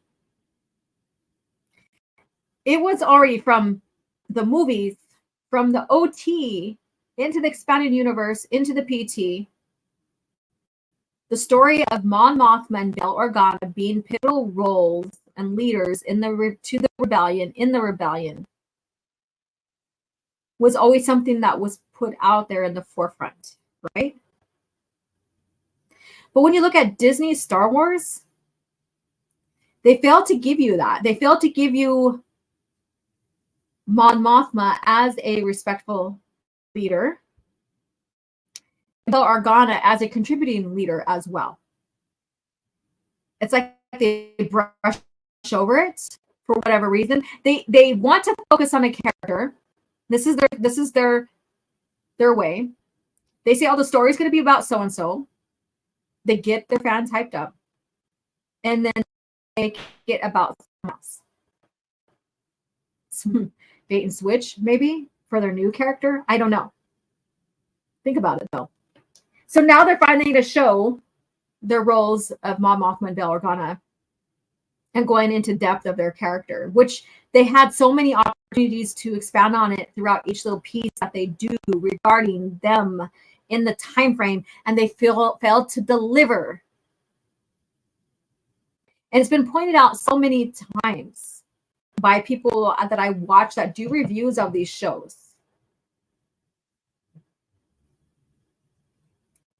You know, like if you want to get into The Force Unleashed, whether the game or the novel or the comics, you understand.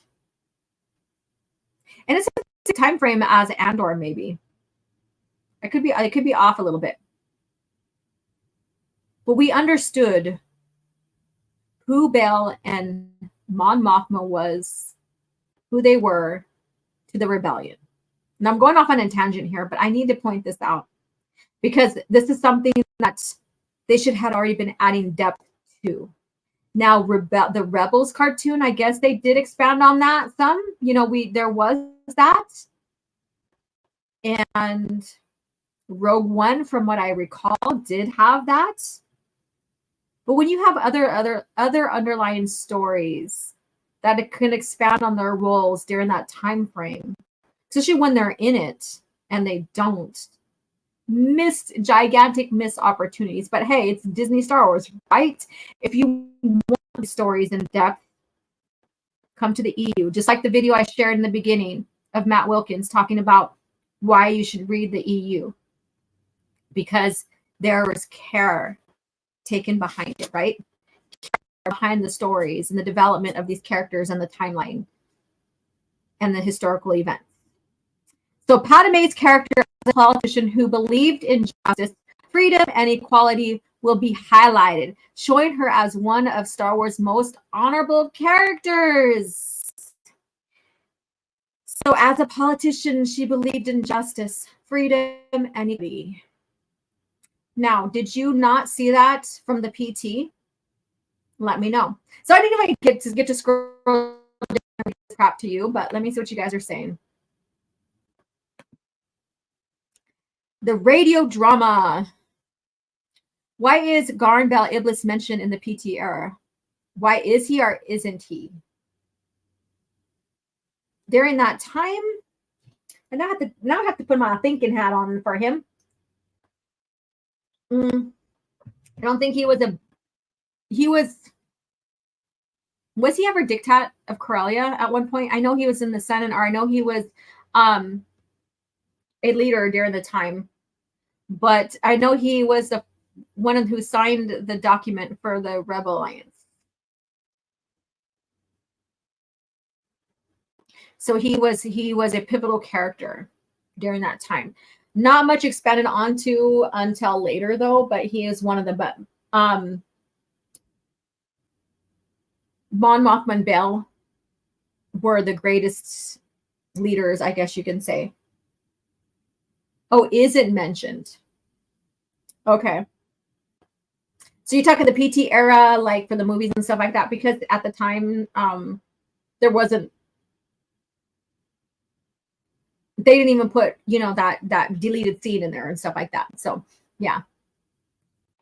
And not everybody's expanded on that have pivotal roles during that time. But doesn't mean that their influence was seen or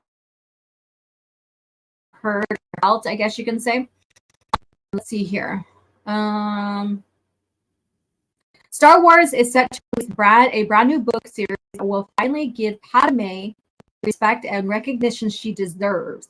Padme is undoubtedly one of the Star Wars best characters, yet her story has been somewhat diminished in Star Wars movies and TV shows.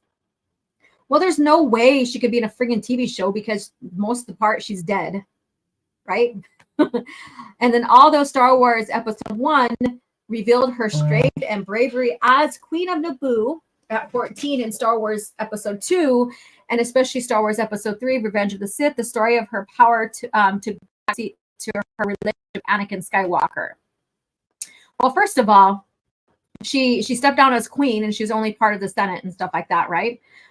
So there wasn't that much dynamics with it. When she was queen, she had more power, I guess you could say. She had more say and stuff like that. But second, the story isn't about Padme. But we knew how significant she was and is to the story, right? So this doesn't mean that she was cut short or her legacy, she didn't have one, or her legacy was only to be Anakin's wife and mother to his kids and die. So that's right there. This is misleading. So, however, Padme's legacy is so much more than being Anakin's wife, see, and Luke and Leia's mother. See, this, I didn't have to read this to you, and they already, shared. And we're going to get into this one right here, Forging the Force. The Jedi Council's greatest failure was not listening to Padme. So we're going to get into that next. So George Lucas cut Padme's most important story.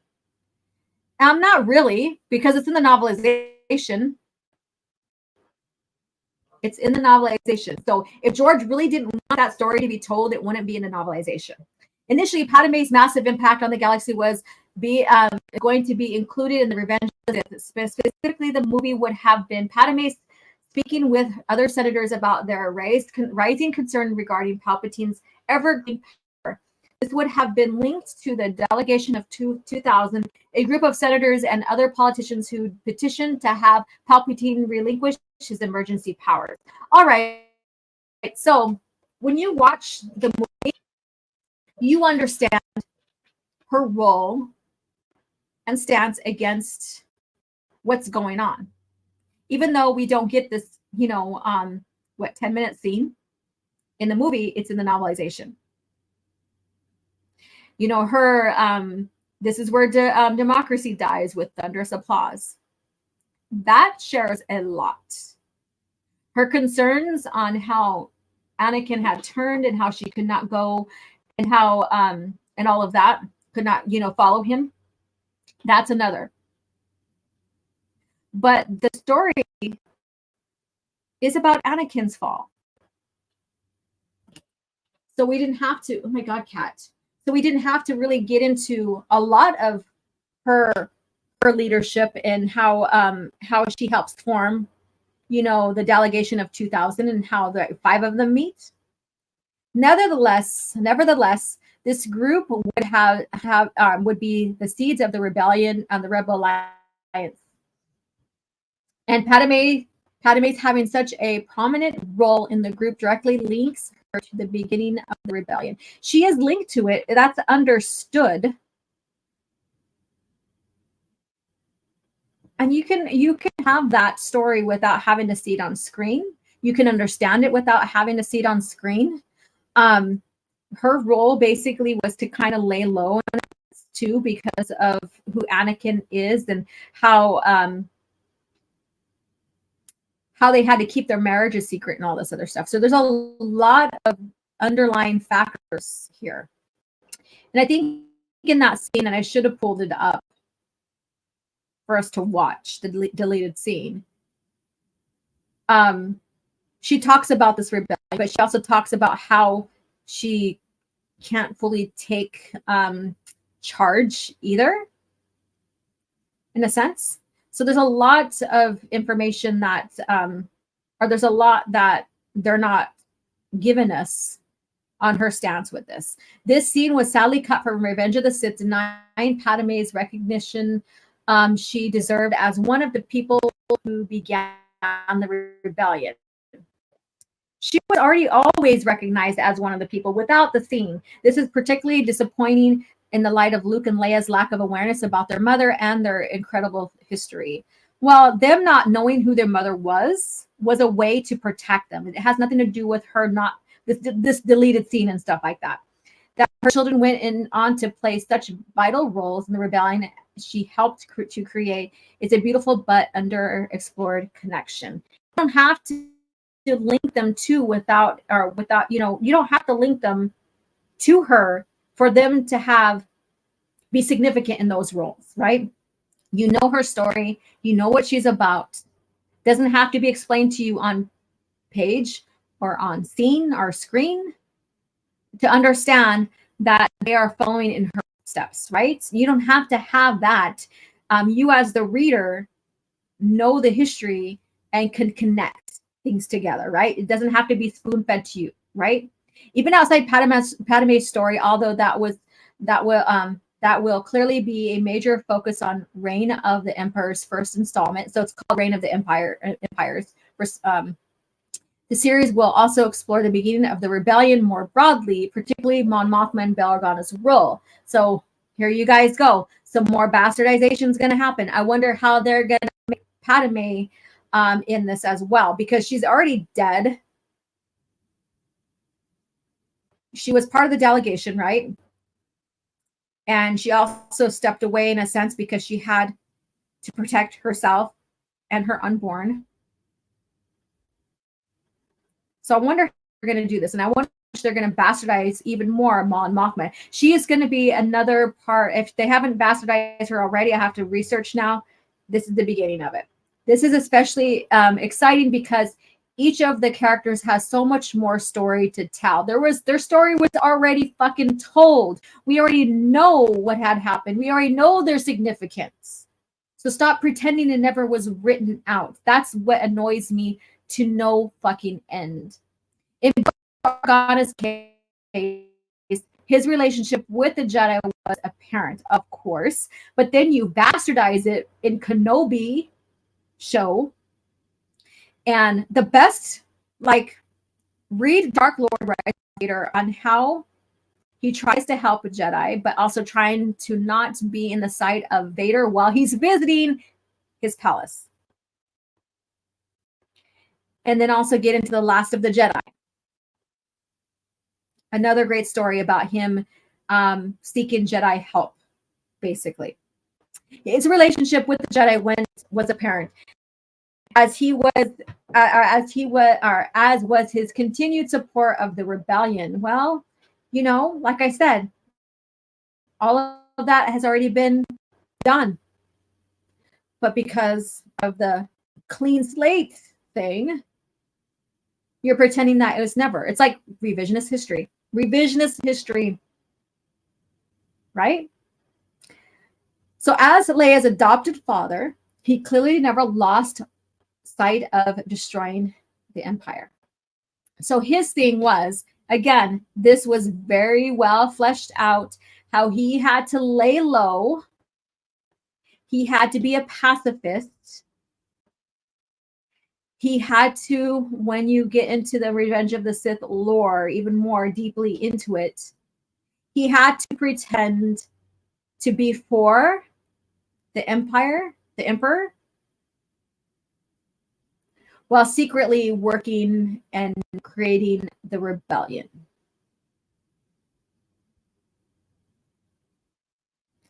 Can they do a story as phenomenal as was done under George for Bail Organa? Probably not. You decide. However, Bail's connection to the Skywalker saga, oh fuck, I hate that. It is the Star Wars saga because it's all one continuous story. Is undeniably exciting. In fact, the new series will very likely feature additional content about Leia, which will be particularly welcome following new stories about Padme. In Mon Mothma's case, her character and her role in the galaxy have only grown increasingly important over the years. Oh, they ruined her character. Most recently, she appeared in Ahsoka. Did she? Did she appear in Ahsoka? Continuing her role in the New Rebellion era, it will be thrilled. Oh yeah, she did. She did, right? I don't remember. She did. Yeah, because of the trial of the Green Twi'lek, whatever her name is. It will be thrilling to see what the inner working of the rebellion look like through their eyes. This book will truly be amazing and well-deserved update of Padme's character. So basically, they're saying that all Padme was just Anakin's wife and the kids' mother. That's it. She had no legacy. She didn't stand for anything. People didn't see that in the movies, and they can't fucking read to know more about her. So there you go. So this is the state of Star Wars right here. This is the state of Star Wars. Oh my God, kid. Let's see here. I have Toby laying right in front of me between me and the computer keyboard and stuff like that. Tapping his arms around my arm, holding on to me. So there we go. Yes, she was beautiful, and her connection with Anakin was arguably one of Star Wars' best relationships. I know. In the end, she was an abusive, like, it ended her life. However, Padme really was first and foremost a politician who believed in justice, freedom, and equality. Well, that was seen in Star Wars, the movies already. It was for this reason that she bravely questioned whether the Republic had changed and why she refused to join Anakin. So there we go. In truth, Padme is one of Star Wars' most honorable characters, and she has earned a story that represents that. Presumably, Anakin will still be part of the story, as he was obviously a key part of her life then, and the story of his turn to the dark side coincides with her role in establishing the rebellion. So basically, her establishment of the rebellion was very minimal. She supported it. She wanted equality and justice, but she kind of stepped away from that as well because she was pregnant with the twins. So what are they going to do? Because I bet you whatever they're going to do is not going to make sense to Revenge of the Sith. 100% guarantee that. It's not going to make sense to Revenge of the Sith and her what she stands for. So I look forward to comparing and contrasting that. Nevertheless, it is clear that Star Wars' upcoming book series, Star Wars Reign of the Empire, will, and she's not even born during the Empire stuff. So how in the hell are they going to expand on her story during that time? Well, are they going to go back to flashbacks and stuff? Well, finally acknowledge Padme Amidala's massive impact on the galaxy. So let's see. I haven't seen what you guys were posting, so sharing. So let me see. Let's see. I'll go to this one. I know you guys are. I'm going to go through here and pull up some chats. Bell had to do a lot of political moves to stay ahead of the Empire for as long as he did. Got to give that politician some respect. Yeah, he had to play by the rules because he didn't want Leia to be noticed, and discovered who she really is. Sent me a link. All right, so let's go ahead and let me pull up that link, and then we'll move on to the next one. So we're going to play this. There it is. All right, let me pull this up and we're gonna switch through this. Dude, stop it. All right. All right, let me go ahead and clear out some of this stuff here. All right, so I'm gonna play. Stop it. Okay, it's paused, or at least I think it is. So let's get into this link here. Let me go ahead and pull it up here. Come on, work with me. There it is. Okay. All right, so let's listen. This is also the novelization, maybe expanded on a little bit more than this scene. Now that he has control of the Jedi Council, the Chancellor has appointed governors to oversee all star systems in the Republic. When did this happen? Oh, that decree was posted this morning. Do you think he'll dismantle the Senate? Why bother? As a practical matter, the Senate no longer exists. The Constitution is in shreds. Amendment after amendment. We cannot let 1,000 years of democracy disappear. I apologize. I don't mean to sound like a separatist. We are not separatists trying to leave the Republic. We are loyalists trying to preserve democracy in the Republic. I can't believe it has come to this. Chancellor Palpatine is one of my oldest advisors. He served as my ambassador when I was queen. Senator, I fear you underestimate the amount of corruption that has taken hold in the Senate. The Chancellor has played the Senate as well. They know where the power lies, and they will do whatever it takes to share in it. And we cannot continue debating about this any longer. We have decided to do what we can to stop it. Senator Mon Mothma and I are putting together an organization. Say no more, Senator. I understand. At this point, some things are better left unsaid. Agreed. And so we will not discuss this with anyone without everyone in this group agreeing. That means those closest to you, even family. No one can be told.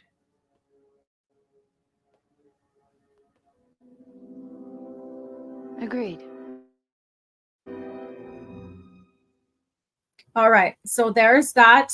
Let me go ahead and close out of this. So I also recommend listening to the Revenge of the Sith novelization or reading it for that scene as well. And I want to visit Coruscant, preferably before the Vong invasion for reasons. Yeah, and it was a pretty interesting planet, right? Yeah, so that basically goes into, and I think Stover expands on it more so. And Padme is very passive about it because, of course, she has her future to consider with the kids and stuff, and all of that. So there's that. So what do you guys think this is going to be? Do you think, because this is called the Reign of the Empire, and this is after the fact Padme she passed away. So what do you think they're going to do? What do you think they're going to do? Let me see here. Lucas is far more clever than people want to admit. It's really scary how quickly the republics can become dictatorships. Correct. And that's what they recognize. And just because the scene was deleted out of the movies doesn't mean that it's that Padme has no legacy or we didn't understand what she was about. And that's the point I'm trying to make here, is that we understood as fans what she was about, what her legacy was about. It was more than just her being mother of Anakin's kids, you know, dying in birth, and reason why, like one of the pivotal reason why he fell to the dark side. That too is something significant to the storyline. But her as a character, she was very much significant because she was the influence of good in his life, the political good, right? Whereas Palpatine was the influence of bad political, you know, mistrust and misalignment and stuff like that. And he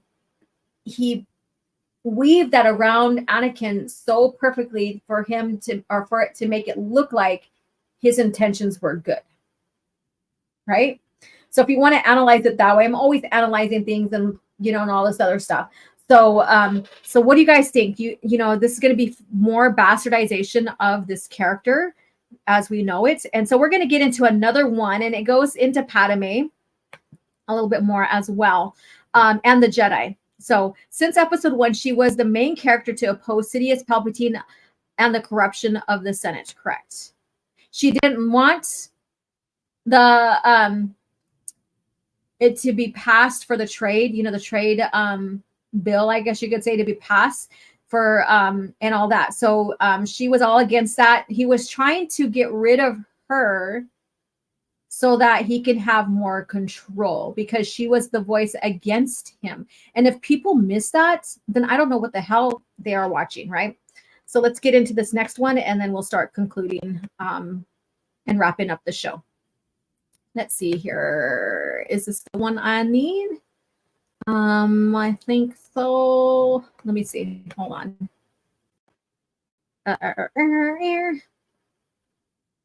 Oh, no, it's right here. All right. I'm just making sure I'm going into the right tabs. Thank you, Star Wars Marvel purist. So this one is about why are the Jedi. Let me scroll up here because I'm going to forget the Force. The Jedi Council's greatest failure was not listening to Padme. So what's going on here? Why do they need to listen to her? And what is this conclusion to that? All right. So the downfall of the Jedi in Star Wars prequel trilogy is due to their arrogance and their lack of listening to Padme's wisdom. So what is this wisdom that they're talking about that they should have listened to? The Jedi focus on politics and war led to an alienation from the true purpose. Not necessarily. They stood up to fight to help the galaxy free the galaxy from the Sith, right? Obi-Wan's failure to confront Padme about Anakin is massive, as even one conversation could have changed many. So what is it about? So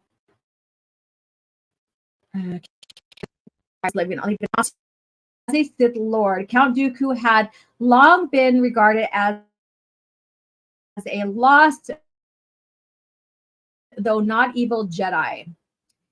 Even in Star Wars Episode 2, the Council maintained significant respect for Dooku and was unaware of the Count, who had once been among their ranks, had fallen so far. Well, they weren't supposed to fall because the Sith weren't revealing themselves fully just yet. They revealed that they weren't extinct, right?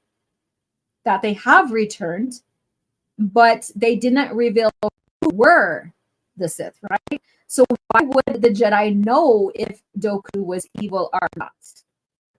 Right? They wouldn't. As proof of their failure to acknowledge their own flaws and weaknesses, they did not think a of this kind was possible because he had once been a Jedi. No, they know Jedi fall to the dark side. My point here is they didn't know who the Sith were. So why would they know that he was a Sith, right? Because they do understand Jedi fall to the dark side. They do know that because they've had dark Jedi in the past. In fact, the Jedi refused to consider that Dooku have been a part of something more sinister, even when Padme told them that she believed that was the case. At the beginning of the Attack of the Clones, Padme's ship is blown up, killing her decoy and making it clear that someone had set out to assassinate her. Anakin Skywalker and Obi-Wan are assigned to protect her, and Anakin vows to find who is targeting her. But it's Padme who argues that it may be Dooku. So here, this is where the fun begins. In response to the suspicion made, because Dooku was once a Jedi, it's not in his to be violent, and they're just going off his experience, right? Again, why would know that he turned dark or a Sith. This is a glaring example of the Jedi overlooking their flaws. So because they're responding to how they knew or who they knew of him before he left, that it's their flaw. How does this make it their flaw when they're only relating to the person they once knew and not the person they know now that could be a dark Jedi or a Sith, right? Despite Dooku having left the order and all that such choice may signal, they wouldn't even entertain the thought that Dooku may be behind this plot. Why would they entertain that when there's no reason to? Even when Padme, who has consistently proven to be wise and level, is asking them to consider it. Had they given Padme suspicion any thoughts, they may have uncovered at least a small piece of Palpatine's elaborate puzzle. So what do you think about this?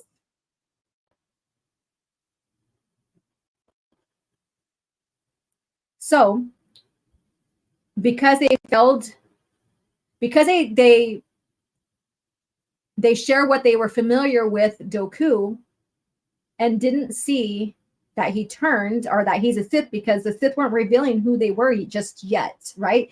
They were just revealed that they returned. And then he sent out an assassin to try to kill Padme. This is their flaw? All of this is their flaw?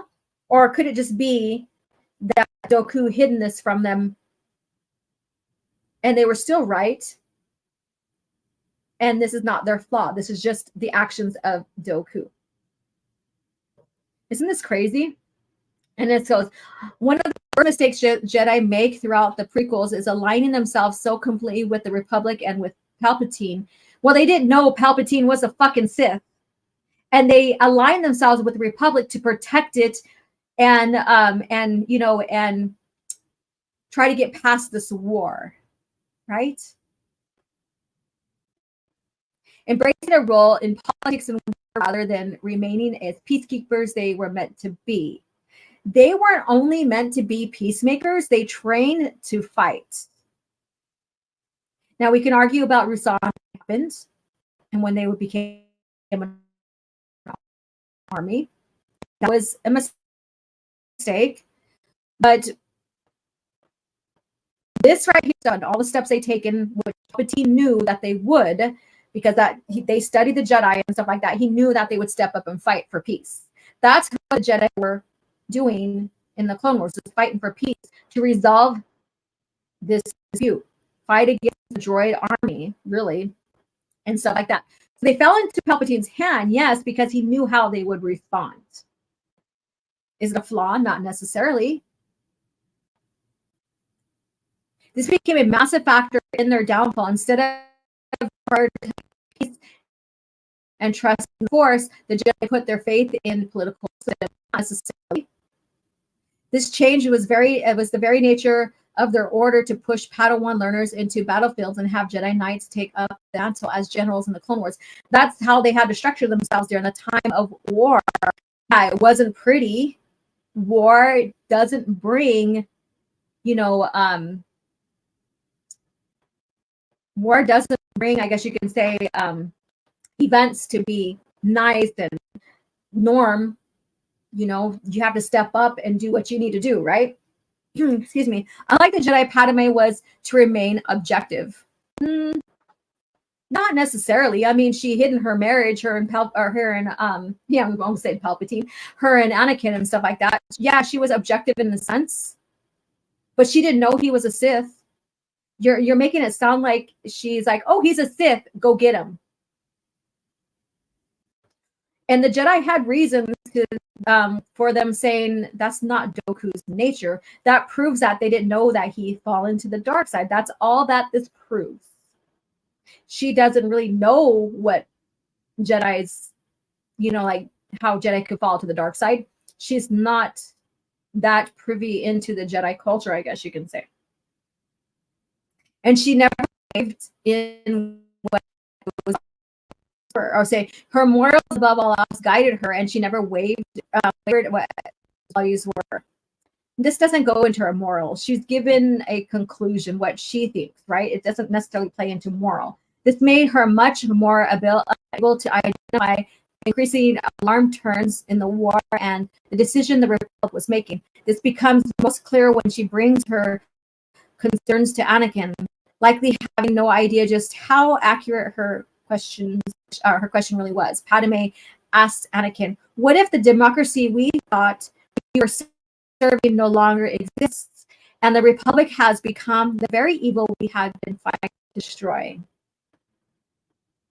That has something to do with her thinking about Dooku as being the person who sent the assassin against her. That has nothing to do with it. But I know I know this person's trying to, attach that quote to her moral standards, which, yeah, she's seen everything go down, stuff like that. And she is the Anakin, and he counters her. So let me see what you guys have to say. I'm not going to read any more of this because we're going to start winding down. Oh my goodness. All right. Why did they double Kai Adimudi's lifespan? I don't know. Why would anyone just assume an old friend had turned evil without evidence first? Correct. That's the thing. They should watch episode 2. Let's see here. That they did not. These grasshoppers are 1,000 years too early to make these statements. I don't know what that's about, but hello, grumpy old ninja. That wasn't okay. It wasn't the Jedi's fault. They were blinded by the dark side. Correct. Chivalry. And let's see here. I'm going up from the bottom top, so I'm going from the newest to the oldest. So why did the decoy say Shaw failed her when she's hired to be Padme's decoy? I have to go back and listen to that. Let's see here. Sounds a little too familiar. The fallen Jedi was hubris. Sounds a little too familiar. Let's see here. Hola and hail. Yes. Hello to you.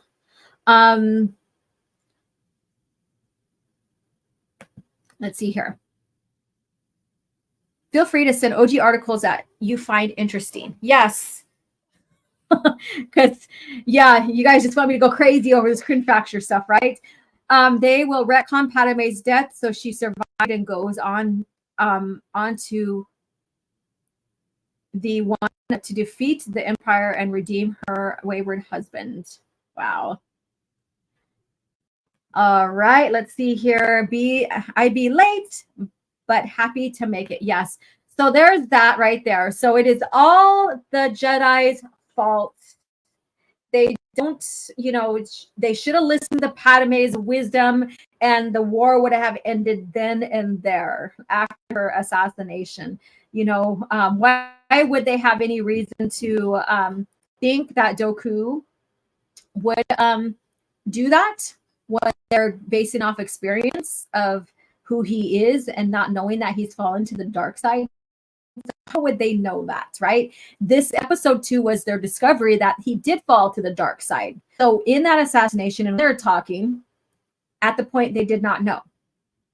So this person did not understand episode 2, or even comprehend or even realize that this was the reveal, like this was Dooku's reveal of turning Sith or being Sith and stuff like that. So, they try to make, the woman was telling the truth and they didn't listen. And if they would have listened, the war wouldn't have happened, blah, blah, blah, blah, blah. Yep.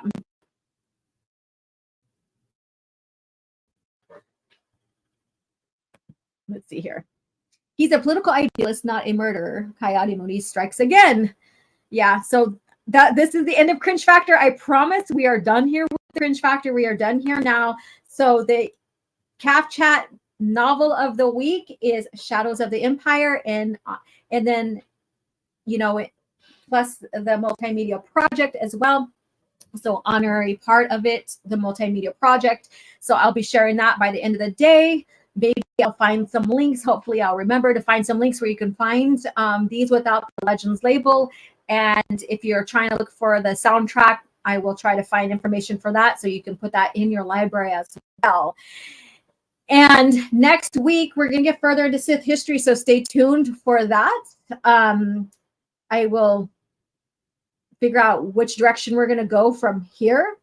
But talking about the birth of the Sith as we know them, very interesting to see how it was developed. And Dark Jedi basically the Sith species and their culture and started ruling over them, I guess you can say, and creating the Sith Order as known. And again, we're going to go into the evolution of it. So maybe we'll step into the evolution, all the the different orders and cults, and then going into the rule of two. I know we talked about the one Sith when we went over Darth Krayt, lore, character lore, but that'd be fun to just dive into a little bit more.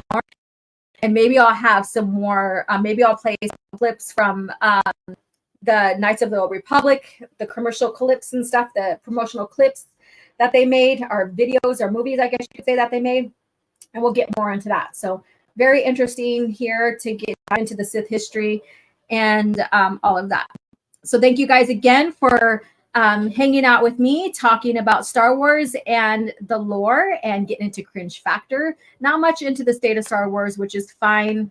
I don't mind at all. Let me remove this. Why aren't you removing? Stop screen. There we go. All right. Please make any articles you find. Oh, yeah. Because I have to review what it you find fun because I have to review when OG sends them to me.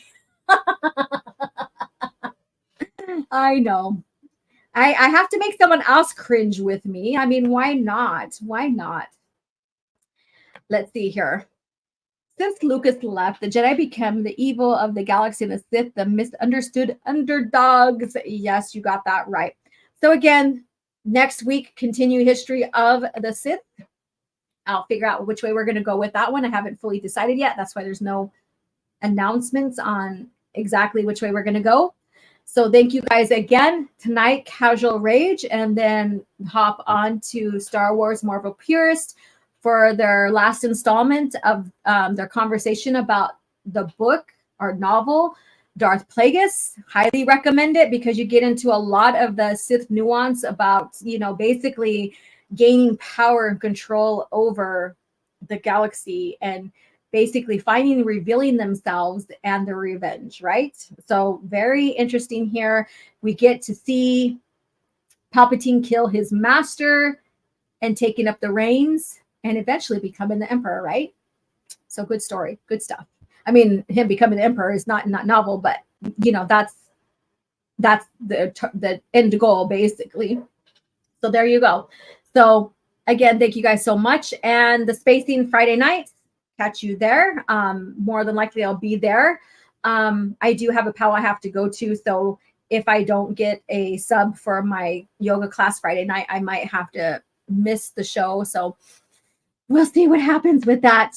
So again, thank you guys so much for tuning in. Book of the week is Shadows of the Empire. An honorable mention is the multimedia project that it's based or that's built around it.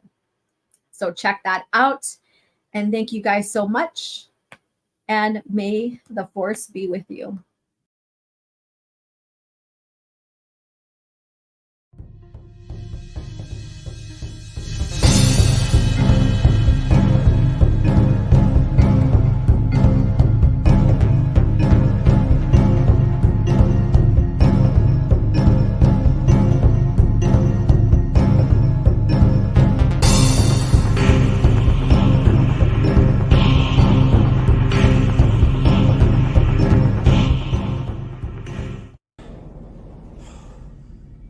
Another happy landing.